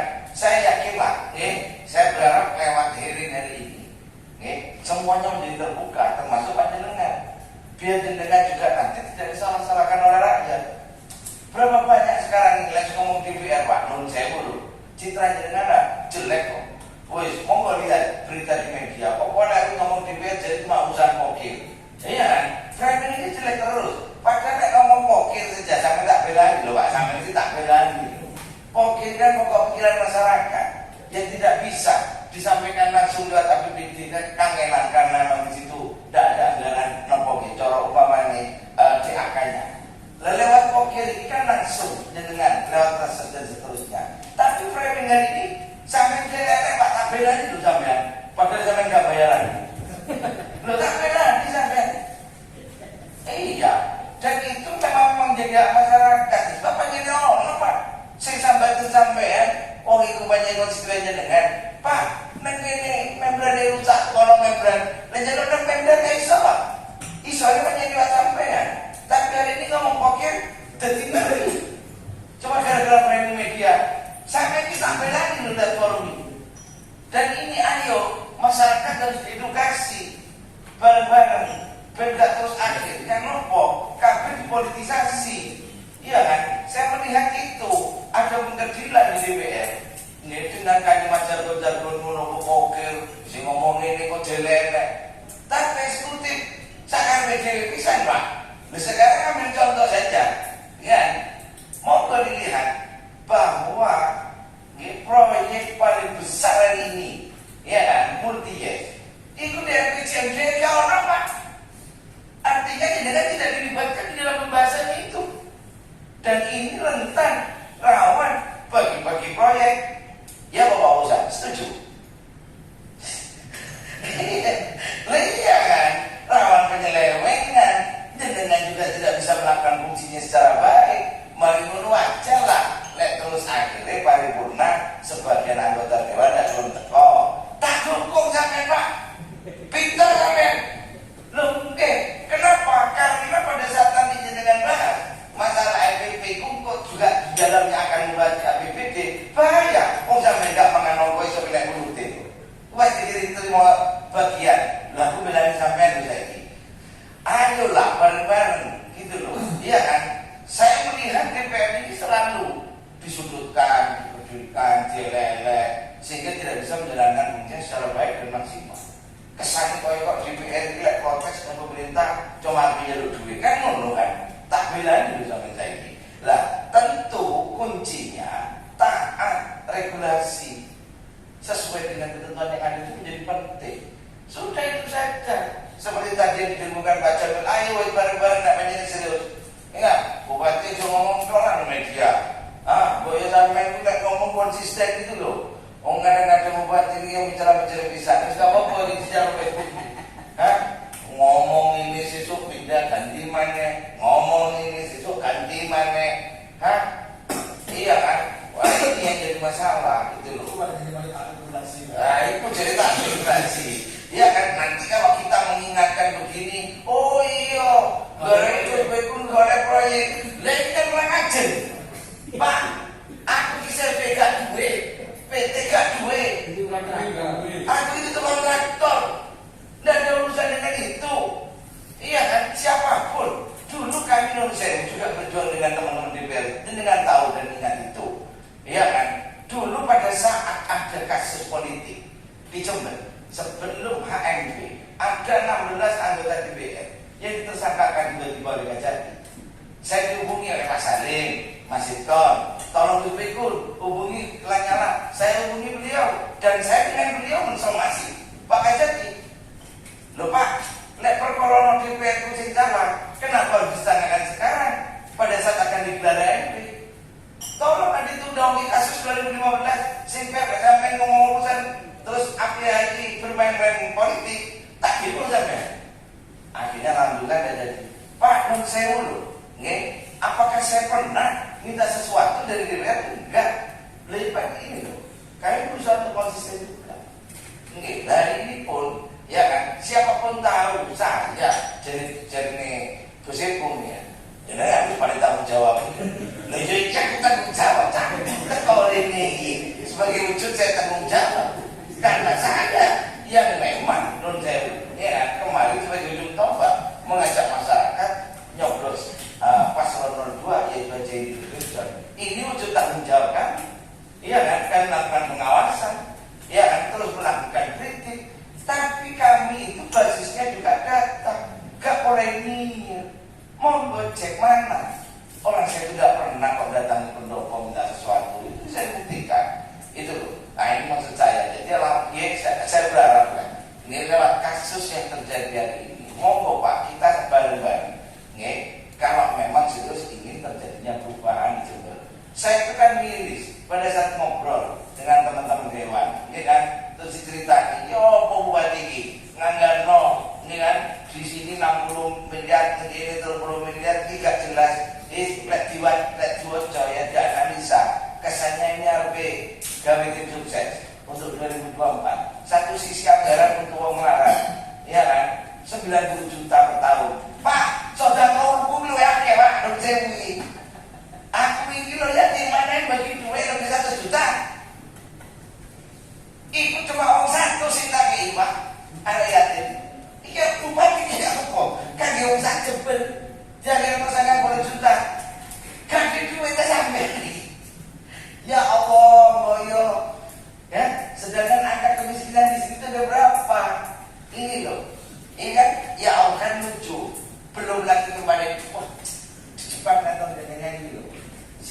bapaknya itu dari gede bupati Jember, Kabupaten Jawa Timur termiskin nomor 2. Artinya beliau itu sudah berani mengkapitalisasi kemiskinan di Jember. Seakan-akan mulai aku jadi tas kabeh, tambah parah. Cek data lebih parah. Ini saya maju saja jadinya mana? Ojo ngomong dok, itu kan katanya mau melibatkan semua pihak untuk bekerja sama. Boleh black effect. Kalau no, mana buktinya mana? Itu, ya kan? Wis dibuka wis wayai orang-orang lagi, wis wayai kenyataan. Jadi ini kolaborasi, sinergi, akselerasi. Lo kan wakil bupati gak pesan, tidak ada komunikasi. Gak ada komunikasi. Kalau wakil bupati, dengan bupatinya, wakil bupati dan bupati tidak pernah ada komunikasi, tidak pernah ada sampai. Loh, saya tanya, loh, jenengan kemarin itu gimana? Kau sampai omong nengarpi masjid jamek acara parade fashion gawe jeneng anak kiai Pak monggo nggih di Jember ini Gus Daning itu sebutan anak kiai, orang yang sewu terpelajar nggih masalah agama yang sudah sejak kecil diajarin untuk Allah dan seterusnya. Tiba-tiba kemarin ada pergelaran, nyaris ketok sepak Pak, ketok sawet Pak, Gus Wincon tak tegur no. Jenengan gimana? Jalan Gus Wincon, wowo yang baru, gak dicampur. Ya apa sampean? Ini kan aneh. Akhirnya kan ditanya, ternyata di hampir semua keputusan Gus Wincon tidak ada. Salah satunya tadi sudah disebutkan oleh Pak Jamil bahwa dalam SK Bupati sampai jadi Bapak yang di dalamnya juga pernah mencoret nama Gus Wincon tentang urusan masalah COVID-19. Ada apa? Ini maksud saya. Wis ngomongnya pun lagi, ya kan? Bukti ini rame kok saya di mana-mana flyer Bupati buka diri sampai Gus David itu karan. Nek toko. Ya apa iki rame? Ini yang terjadi. Kan aneh gitu loh. Mungkin sampai nek kritik saya Indonesia Pak, cuma ada di Jember gitu. Foto Bupati buka diri karo wakil. Ini kan aneh. Terus ngono jenenge baik-baik saja. Sampean itu kok cek temen ngisi lecak Pak itu. Terus ngomong baik-baik saja ya opo? Iya kan? Saya tak ngomong apa ya. Gak ini mau ya ayo dari mana begini. Iya. Saya udah publik tahu, biar masyarakat tahu. Itu. Nah ini kan. Jadi sekali lagi, terus akhirnya kebijakan pemerintah ini hanya ngomong tentang politik saja kacau. Ya akhirnya hukum bisa diintervensi dengan politik. Kalau itu terjadi, Pak, siapapun bisa dipenjara Pak. Saya datang ke sini mengantarkan Pak Jamil, walaupun kami kami bangsa yang berkirim surat kepada panjenengan. Kita tahu ini, apa sampai mau dibilang di Jamil? Jika piro, sekian aku gak Jamil. Lo ngomongin, Pak Jamil pakai gue sering, lo ngomongin lu. Sering bro, saya dulu. Jika itu apa? Jika masalah itu, nah dari masalah itu, ilmu di kemanusiaan, sehingga di masalah, kamu datang, kami menyelamatkan diri kami sendiri. Lalu sekarang ini siapapun bisa dipenjara Pak. Nah terus politik akhirnya bisa mengintervensi hukum, sampai bisa dipenjara kapanpun. Iki bahaya nih, Pak Gembong Pak Adin nih, mulai ngerjain nih, kawin apa perkoroy, dipenjara sesok sampai tentang Pak. Loh, terus siapa sampean? Engkau harus bersuara, harus ngomong. Kata bingung itu, lain maksud saya. Jadi saya datang ke sini itu bukan menyelamatkan siapa-siapa, juga tidak dalam rangka menyelamatkan Pak Jamil. Nyelamatkan aku dewe, lalu aku bicara Gusti harus ditangkap balik loh. Ngomong bawa-bawa, ini bisa dihukum. Apa sama benar? Ini kita dibela di rakyat perlu penjara, kita nanti kacau. Ya karena panjang ya ayo, ya kan diskusi. Kami juga melakukan upaya-upaya kok. Salah satunya besok hari Selasa kita ini mau ngopi bareng, ngobrol bareng, ya terkait dengan masalah Jember Menteri APBD. Kami undang para kiai, pondok pesantren, Menteri APBD, biar juga bisa melakukan fungsi pengawasan. Salah satu tujuannya kan rutin ada ya. Rutin di pondok-pondok. Lah ini bagian dari upaya. Lalu terus akhirnya dalam upaya ini nanti kita di framing, oh di dalam rangka suksesi. Kacau mana Jingo? Ya kan dipolitisasi lagi, kacau lagi. Ini loh maksud saya. Ya, jadi sekali lagi saya berharap lewat forum berkah pagi hari ini, saya berharap ya maksudnya ngomong tuh ayolah Jember ini biar ke depan lebih baik. Lalu terus sampai kayak ini terus ini apa? Kan kacau. Kita sudah ketinggalan jauh dengan kabupaten yang lain. Iya kan? Kalau kita melihat Banyuwangi, ya, Lumajang dan yang lain, ini sudah ketinggalan jauh. Sangat kenal di Jember ini. Wis gak pada mau penggawean, dirasani tok, di sana tok, padahal anggarannya paling gini dibanding karo kutha Sindian. Tapi sampai kan di framing sing elek itu. Tapi lagi nggak perlu kayak jalur sampean. Ayo, iya, kami mencoba untuk fight. Ya, ayo lewat forum ini semuanya terbuka. Jangan terus akhirnya ada lagi ya pengkerdilan di sudut sehingga tidak berani berbicara apa adanya. Akhirnya yang terjadi apa? Ya masyarakat, rakyat akhirnya dirugikan.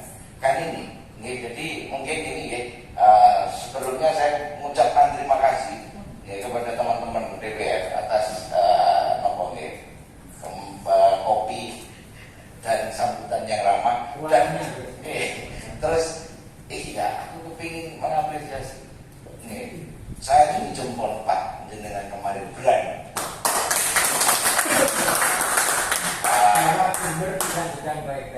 bahwa Jember tidak sedang baik-baik saja. Anda berikan informasi kepada masyarakat dengan kemarin dengan tidak menghadiri sidang paripurna JP. Oh, tak konsip, tak dukung sampean. Dan saya bisa terima itu dan saya sepakat dengan itu karena memang Jember sedang tidak baik-baik saja. Jember butuh bupati baik. Terima kasih mungkin itu mohon maaf pertama ada statement saya yang memang nopo nyerempet kemana-mana nyebut kemana-mana tapi insya Allah ini dari dalam hati paling dalam tidak ada maksud apapun. Nun sewu saya juga bukan siapa-siapa, saya juga bukan anggota partai politik sehingga saya tidak punya agenda politik. Murni ini buat suara rakyat. Kami ingin menyuarakan kebenaran ini biar diketahui. Mungkin itu closing statement dari saya. Cak gak belum nak kata Wiswaya sampai anak gak bisa lagi ya kalau Wiswaya itu sudah dari lemah cukup saya dikecewakan nih. Mohon maaf sekali lagi. Mudah-mudahan ini mencerahkan dan mudah-mudahan bisa membuat Jember ke depan baik. Dan nama ayat kepada Assalamualaikum warahmatullahi wabarakatuh. Wassalamualaikum warahmatullahi wabarakatuh.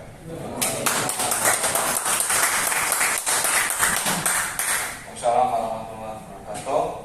Terima kasih Pak Jamil, Pak Mustiono dan Gus Baikun. Mungkin ada tambahan dari tim kuasa hukum. Bismillahirrahmanirrahim. Assalamualaikum warahmatullahi wabarakatuh. Dari kami pertama menyampaikan terima kasih kepada seluruh pimpinan DPRD Kabupaten Jember dan seluruh anggota kepada seluruh hadirin. Terkait singkat saja terkait dengan upaya hukum kami, memang kami menemukan beliau ini sedang madlub bahasa pesantrennya itu, karena setelah kita pelajari itu dari aturan yang ada, memang beliau tidak punya tanggung jawab formil material terkait dengan dana pemakaman jenazah itu. Dan kami juga sudah mendampingi beliau di pemeriksaan. Terima kasih kami sampaikan kepada pihak kepolisian yang selama kami dampingi di pemeriksaan. Para penyidik sangat profesional dan menghargai hak-hak kemanusiaan dari tersangka dan dari kami yang mendampingi, sehingga dalam waktu pemeriksaan walaupun lama itu kita juga diberikan waktu untuk sholat dan sebagainya. Kemudian kepada media itu harapan kami juga bisa memberitakan dengan berita yang bahasa yang mencerdaskan, karena itu amanat undang-undang. Dan resikonya ketika fitnah yang disebar itu tanggung jawabnya bukan cuma di dunia tapi juga di akhirat. Jadi itu yang perlu kami sampaikan. Kemudian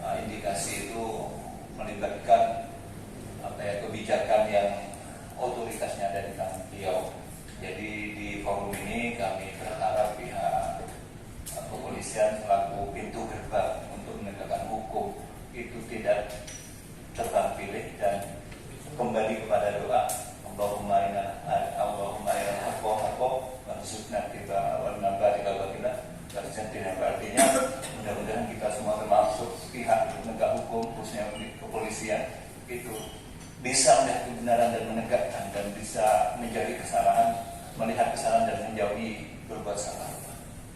Itu saja mungkin jadi dari kami. Mudah-mudahan apa yang kita laksanakan itu karena kita membela orang yang benar. Saya yakin semuanya dalam pertolongan Allah. Dari kami terima kasih. Assalamualaikum warahmatullahi wabarakatuh. Salam. Terima kasih Pak Penasihat Hukum. Dari teman-teman mungkin ada tambahan atau tidak, ada beberapa kesimpulan. Memang dari awal, kalau dari penuturan Pak Jamil kemudian Pak Gus, kalau saya menangkap dan mengikuti dan mengikuti proses bahwa ini kan awalnya meletus karena pemberitaan di media yang seolah-olah luas, misalnya framingnya sangat tinggi sekali. Pada waktu itu langsung SK Kapolri sudah turun semua. Awalnya hanya honor, kemudian berubah menjadi pemotongan, sekarang berubah penyalahgunaan SK. Tapi kita hormati semua proses yang ada, lepas nanti ada intervensi dari siapapun. Kita juga menghormati proses pra-peradilan yang dilakukan oleh Pak Jamil. Ada filosofi bahwa teman yang baik itu teman yang ketika ada waktu beliau terkena musibah. Kalau di sini teman-teman ada guru, kalau saya tidak berani berkata ternyata yang itu tidak berani karena guru. Mungkin dari kami teman-teman DPRD akan berupaya paling tidak apa yang disampaikan oleh Gus Baikun tentang permohonan restoratif justice, saya rasa nanti teman-teman bisa menandatangani petisi. Silakan konsep PH-nya kita upayakan, saya juga siap tanda tangan kalau itu nanti bisa diupayakan. Sementara mungkin sampai dengan saat ini proses-proses terutama pra-peradilan bisa sukses terlindungi teman-teman kita semua. Mungkin nanti kalau kedoliman jadi lagi ya pasti akan butuh ada jalan yang sempurna.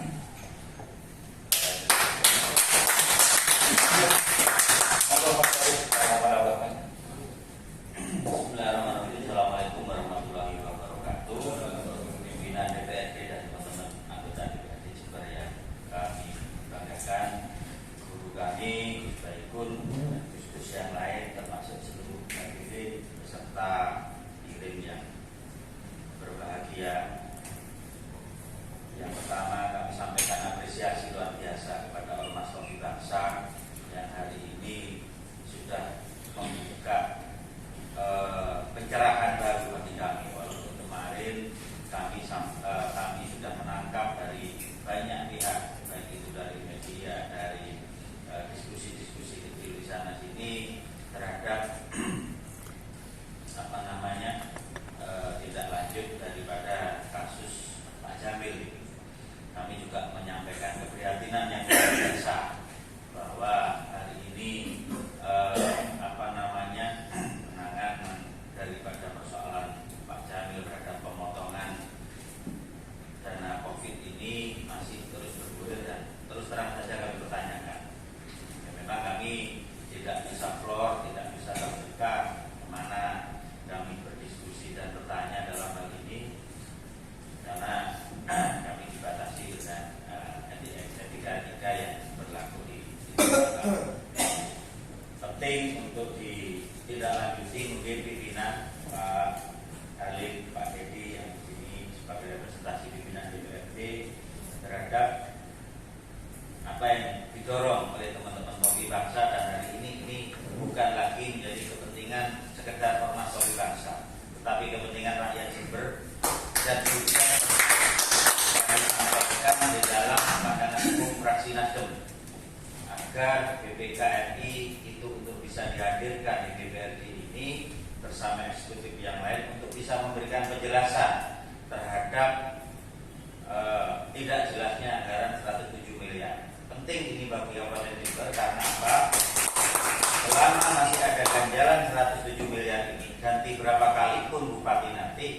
Komber tidak akan pernah mendapatkan predikat wajar tanpa pengecualian. Dan ini prestasi wajar tanpa pengecualian yang pernah terjadi di era dua bupati sebelumnya ini tetap harus diraih oleh Kabupaten Jember. Tentunya ini butuh keterbukaan, butuh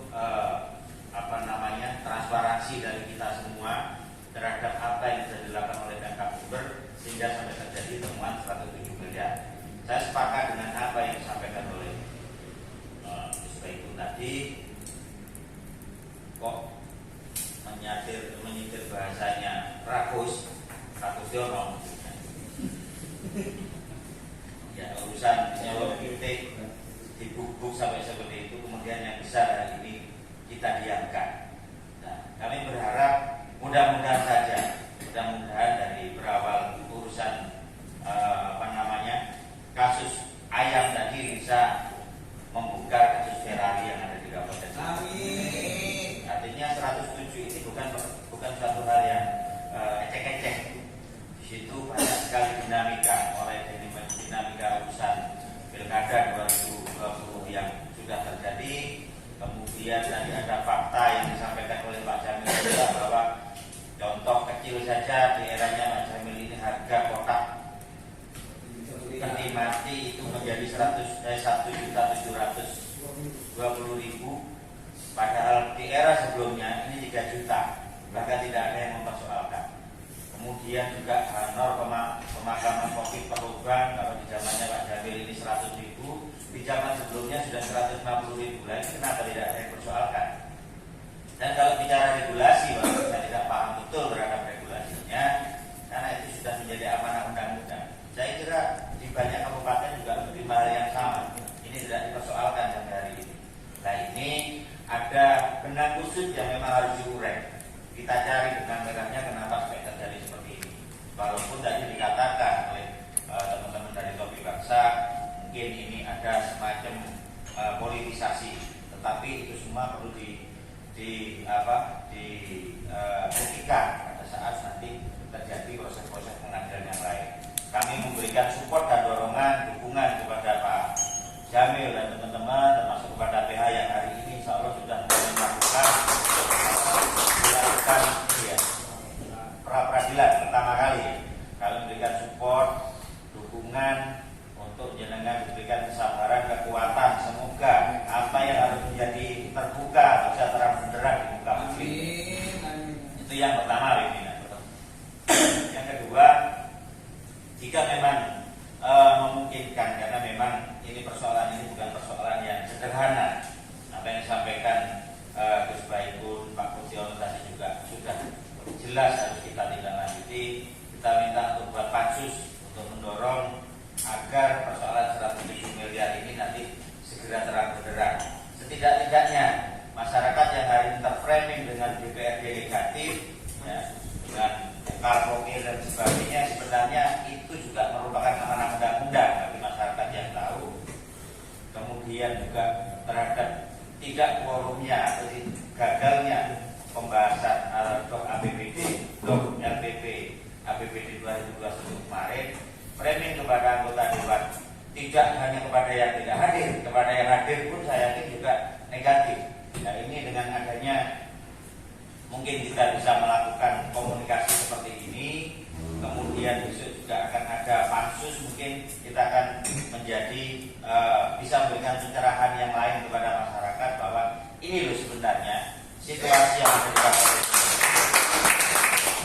Ini tidak hanya sekedar kepentingan, aku ingin menghilangkan kesan masyarakat biar tidak negatif, tetapi ada sesuatu hal yang menurut kami ini harus memang diklarifikasi kepada masyarakat melalui melalui media yang diatur di dalam tatip DPRD. Jadi misalkan pimpinan, kalau misalkan ada tentang 107 atau mendatangkan BPK, kita tidak ada di dalam tatip atau dalam regulasi. Saya melihat di paragraf akhir, di paragraf akhir itu ada semacam sinyalmen bahwa BPK itu ingin diundang ke sini. BPK ingin memberikan penjelasan ini dengan permintaan. Kalau saya jujur orang yang menolak ketika kita akan kunjungan ke BPK. Karena kalau kita kunjungan yang ke sana cuma beberapa orang, kita nggak mungkin bisa ngajak wartawan dan nggak bisa mungkin ngajak masyarakat. Jika memungkinkan, undang BPK ke sini untuk terbuka. Terima kasih pimpinan dan Topik dari saya. Assalamualaikum warahmatullahi wabarakatuh.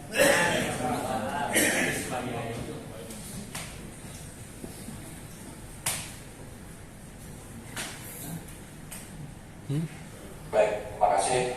Assalamualaikum warahmatullahi wabarakatuh. Selamat siang dan salam sejahtera selalu. Yang saya hormati pimpinan dan teman-teman anggota DPRD. Yang saya hormati sahabat dan saudara kami, Pak Gus Baikun, sahabat dan saudara. Sering komunikasi, selalu curhat Gus Baikun, Gus Mahbat dan Gus Yadin. Saya hormati Ragus Tiono. Saya tak jadi diskusi lah. Ketika ada curhatan pasti saya ke beliau, datang ke pendoponya beliau. Dan saya hormati Pak Jamil, sahabat dan teman saya seperjuangan, Mas Moko ya. Juga tidak bisa sebutkan satu-satu, dan juga saya hormati teman-teman media yang hadir pada siang hari ini. Juga saya hormati sahabat dan teman yaitu yang selalu mendampingi dari teman-teman Sekwan. Mudah-mudahan ini dicatat dengan baik di Sekwan, ini menjadi keputusan nanti ketika rapat-rapat berikutnya. Terima kasih atas kehadiran dari teman-teman dari Topi Bangsa yang menyalurkan aspirasi atas nama rakyat. Matur nuwun dan terima kasih. Kami selalu diingatkan sebagai anggota DPR karena keterbatasan kami sebagai anggota yang baru, kalau saya baru hampir 3 tahun ya menjadi anggota DPR. Kalau membahas tentang pemerintahan kami baru belajar. Jadi beberapa hal yang saya sampaikan tadi oleh teman-teman Gus Baikun, Ragus Tiono dan Pak Jamil terkait permasalahan musibah yang menimpa beliau, kami sangat berduka menurut kami karena ini hal yang tidak seharusnya terjadi. Kami selaku anggota DPR dan fraksi kami akan mendorong ini supaya dibuka selebar-lebarnya permasalahan ini. Dan mendorong kepada APH supaya dibuka selebar-lebarnya. Kalau perlu nanti apa yang disampaikan Mas David, kami punya politik will di DPRD. Bagaimana nanti kalau seandainya kami lakukan, harus melakukan diskusi besar. Nah, ini akan bisa terulang kembali pada tahun-tahun yang kemarin. Menanyakan kepada pemerintah, kepada bupati, apa yang terjadi, permasalahan-permasalahan kemarin yang sudah disebutkan oleh Gus Baikun, oleh Ragus Tiono dan Pak Jamil. Kalau ini harus dilakukan, kami kasih masukan dan dorongan. Kami atas nama pribadi sebagai anggota DPR dan fraksi kami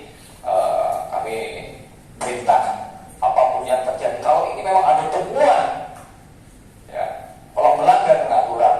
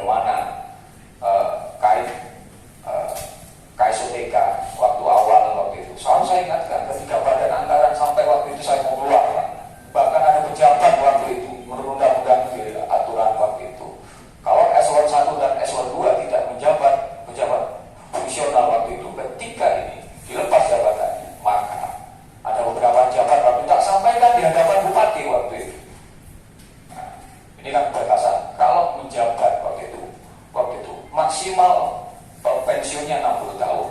Ketika tidak punya jabatan usia itu kan pensiunnya 58 tahun. Ada salah satu pejabat, beberapa pejabat waktu itu sudah masuk masa pensiun karena tidak jabatan. Kan mendorong. Bahkan sempat mau suruh keluar dalam pembahasan waktu itu.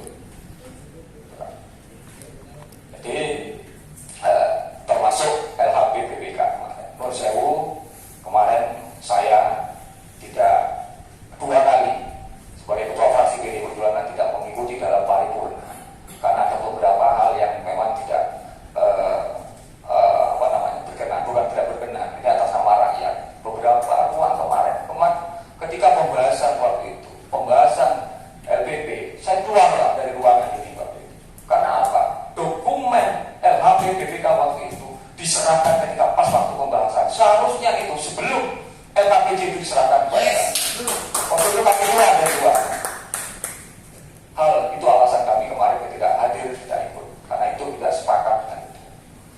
Jadi saya berharap ke depan melalui teman-teman pimpinan membuka ruang ini kepada masyarakat. Apa yang disampaikan oleh Topi Bangsa dan Pak Jamil tadi, membuka ruang untuk selalu diskusi, komunikasi kapanpun.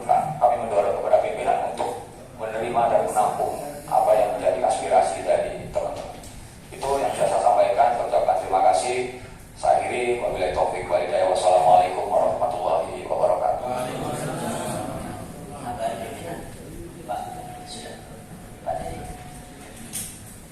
Assalamualaikum warahmatullahi wabarakatuh.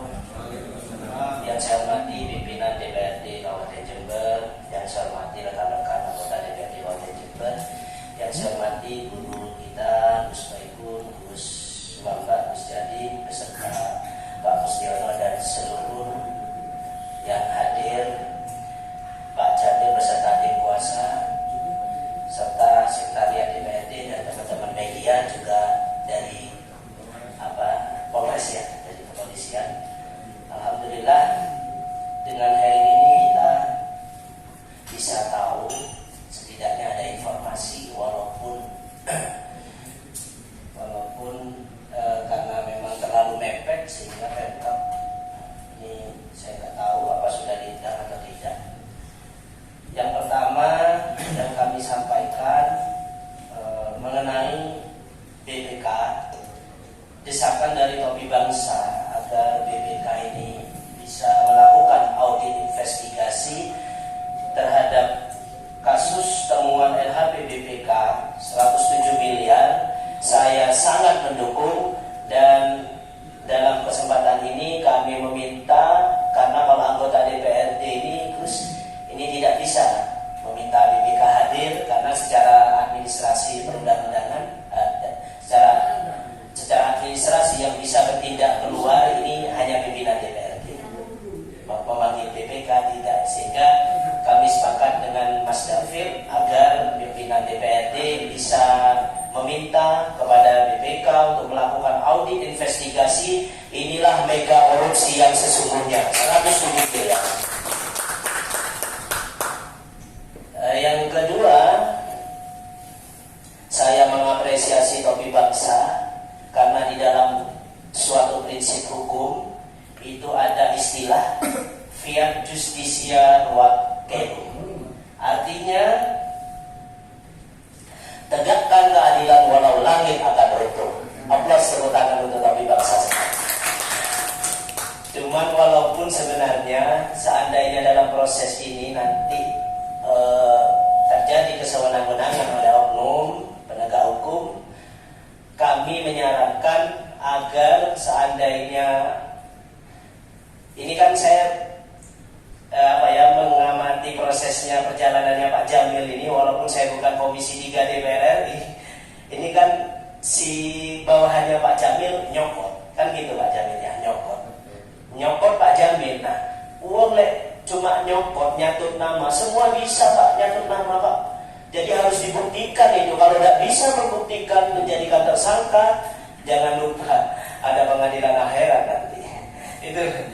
Nah, saya berharap juga dan mendoakan semoga hakim, karena kalau saya kuliah dulu itu harapan terakhir itu adalah hakim Pak. biarpun ya kan kita Pak tim kuasa, biarpun seandainya pengacaranya selingkuh, seandainya ini prinsip saya kalau kuliah, seandainya oknum polisinya juga tidak berlaku adil, jaksanya seandainya ini dalam pelajaran tidak berlaku adil, kalau hakimnya masih berlaku adil, harapan masih bisa ditegakkan. Mudah-mudahan nanti bawahannya Pak Jamil ini bisa dan membuktikan Pak Jamil itu tahu dan memerintahkan pemotongan itu. Itu harapan saya. Kalau tidak maka ya seharusnya Pak Jamil bisa melaporkan balik pencemaran nama baik itu. Dan yang ketiga, dikeluarkannya Pak Jamil dari WA Group itu memang ranahnya admin Pemkab ya, tetapi berarti admin Pemkab ini tidak memahami prinsip asas praduga tak bersalah. Karena sebelum tersangka maupun terdakwa ini mendapatkan kekuatan hukum tetap, ada putusan hakim yang memiliki kekuatan hukum tetap, seharusnya tersangka atau terdakwa ini dihormati sebagai orang yang tidak bersalah. Kan begitu. Berarti dari sini Pemkab tidak mengajarkan prinsip itu, asas hukum itu. Dan yang terakhir, saya mengingatkan atau menyarankan kepada para guru kita, apabila seandainya dalam perjalanan masih, dan ini semoga tidak sampai ke persidangan ya, seandainya masih saja ada drama seperti Korea dalam penegakan ini, kami hanya menyarankan, selain kami juga pastinya mendukung, juga panjenengan semua Ormas Topi Bangsa bisa melaporkan kepada Komisi 3 DPR RI yang membidangi hukum, yang menjadi mitra Polri, mitra kejaksaan, agar ini nggak main-main. Karena apa? Karena saya ingat kata guru saya, dosen saya, menetapkan satu orang yang tidak bersalah itu betapa berat sekali. Karena apa? Karena nanti masa depan beliau, orang yang tidak bersalah tetapi ditetapkan bersalah, apalagi sampai putusan hakim menetapkan bersalah, itu akan merusak masa depan dan nama baik sampai keturunannya, dan akan dicatat bahwa dia yang tidak bersalah adalah orang yang bersalah. Tetapi sehingga ada prinsip dalam hakim itu adalah, karena dulu saya ingin jadi hakim sebelum jadi wakil rakyat, tapi ternyata ditakdirkan jadi wakil rakyat. Dalam prinsip hakim itu ada suatu prinsip, lebih baik membebaskan 1000 orang yang bersalah daripada memvonis satu orang yang bersalah. Begitu ya Pak Pengacara. Karena apa? Karena masa depannya nanti akan hancur. Sehingga saya sangat mengapresiasi sekali pada Topi Bangsa yang tadi sudah dijelaskan tidak dapat apa-apa dari Pak Jamil. Ini semua memberi pelajaran kepada semua aparat penegak hukum agar bisa berlaku adil bagi seluruh rakyat Indonesia. Terima kasih. Mungkin itu yang bisa saya sampaikan. Wassalamualaikum warahmatullahi wabarakatuh. Baik, Bapak-bapak sekalian, sekali lagi atas nama pimpinan DPRD dan teman-teman anggota DPRD mengaturkan terima kasih yang sangat banyak kepada teman-teman Topi Bangsa, guru kami, Coach Pak Jamil. Semoga pada pertemuan hari ini kita bisa mendapatkan manfaat, membuka pintu hati keadilan, terutama di Sumber, bahwa masih banyak ketimpangan yang ada, terutama pada proses-proses hukum. Kalau closing statementnya apa yang disampaikan Mas Alfian, bahwa bagaimanapun juga hukum adalah panglima tertinggi di Indonesia. Mungkin itu Bapak-bapak sekalian yang bisa kami sampaikan. Mungkin ada tambahan sebelum kami tutup, saya persilakan. Kalau tidak ada, kami akhiri. Kurang lebihnya mohon maaf. Akhirul kalam. Wassalamualaikum warahmatullahi wabarakatuh.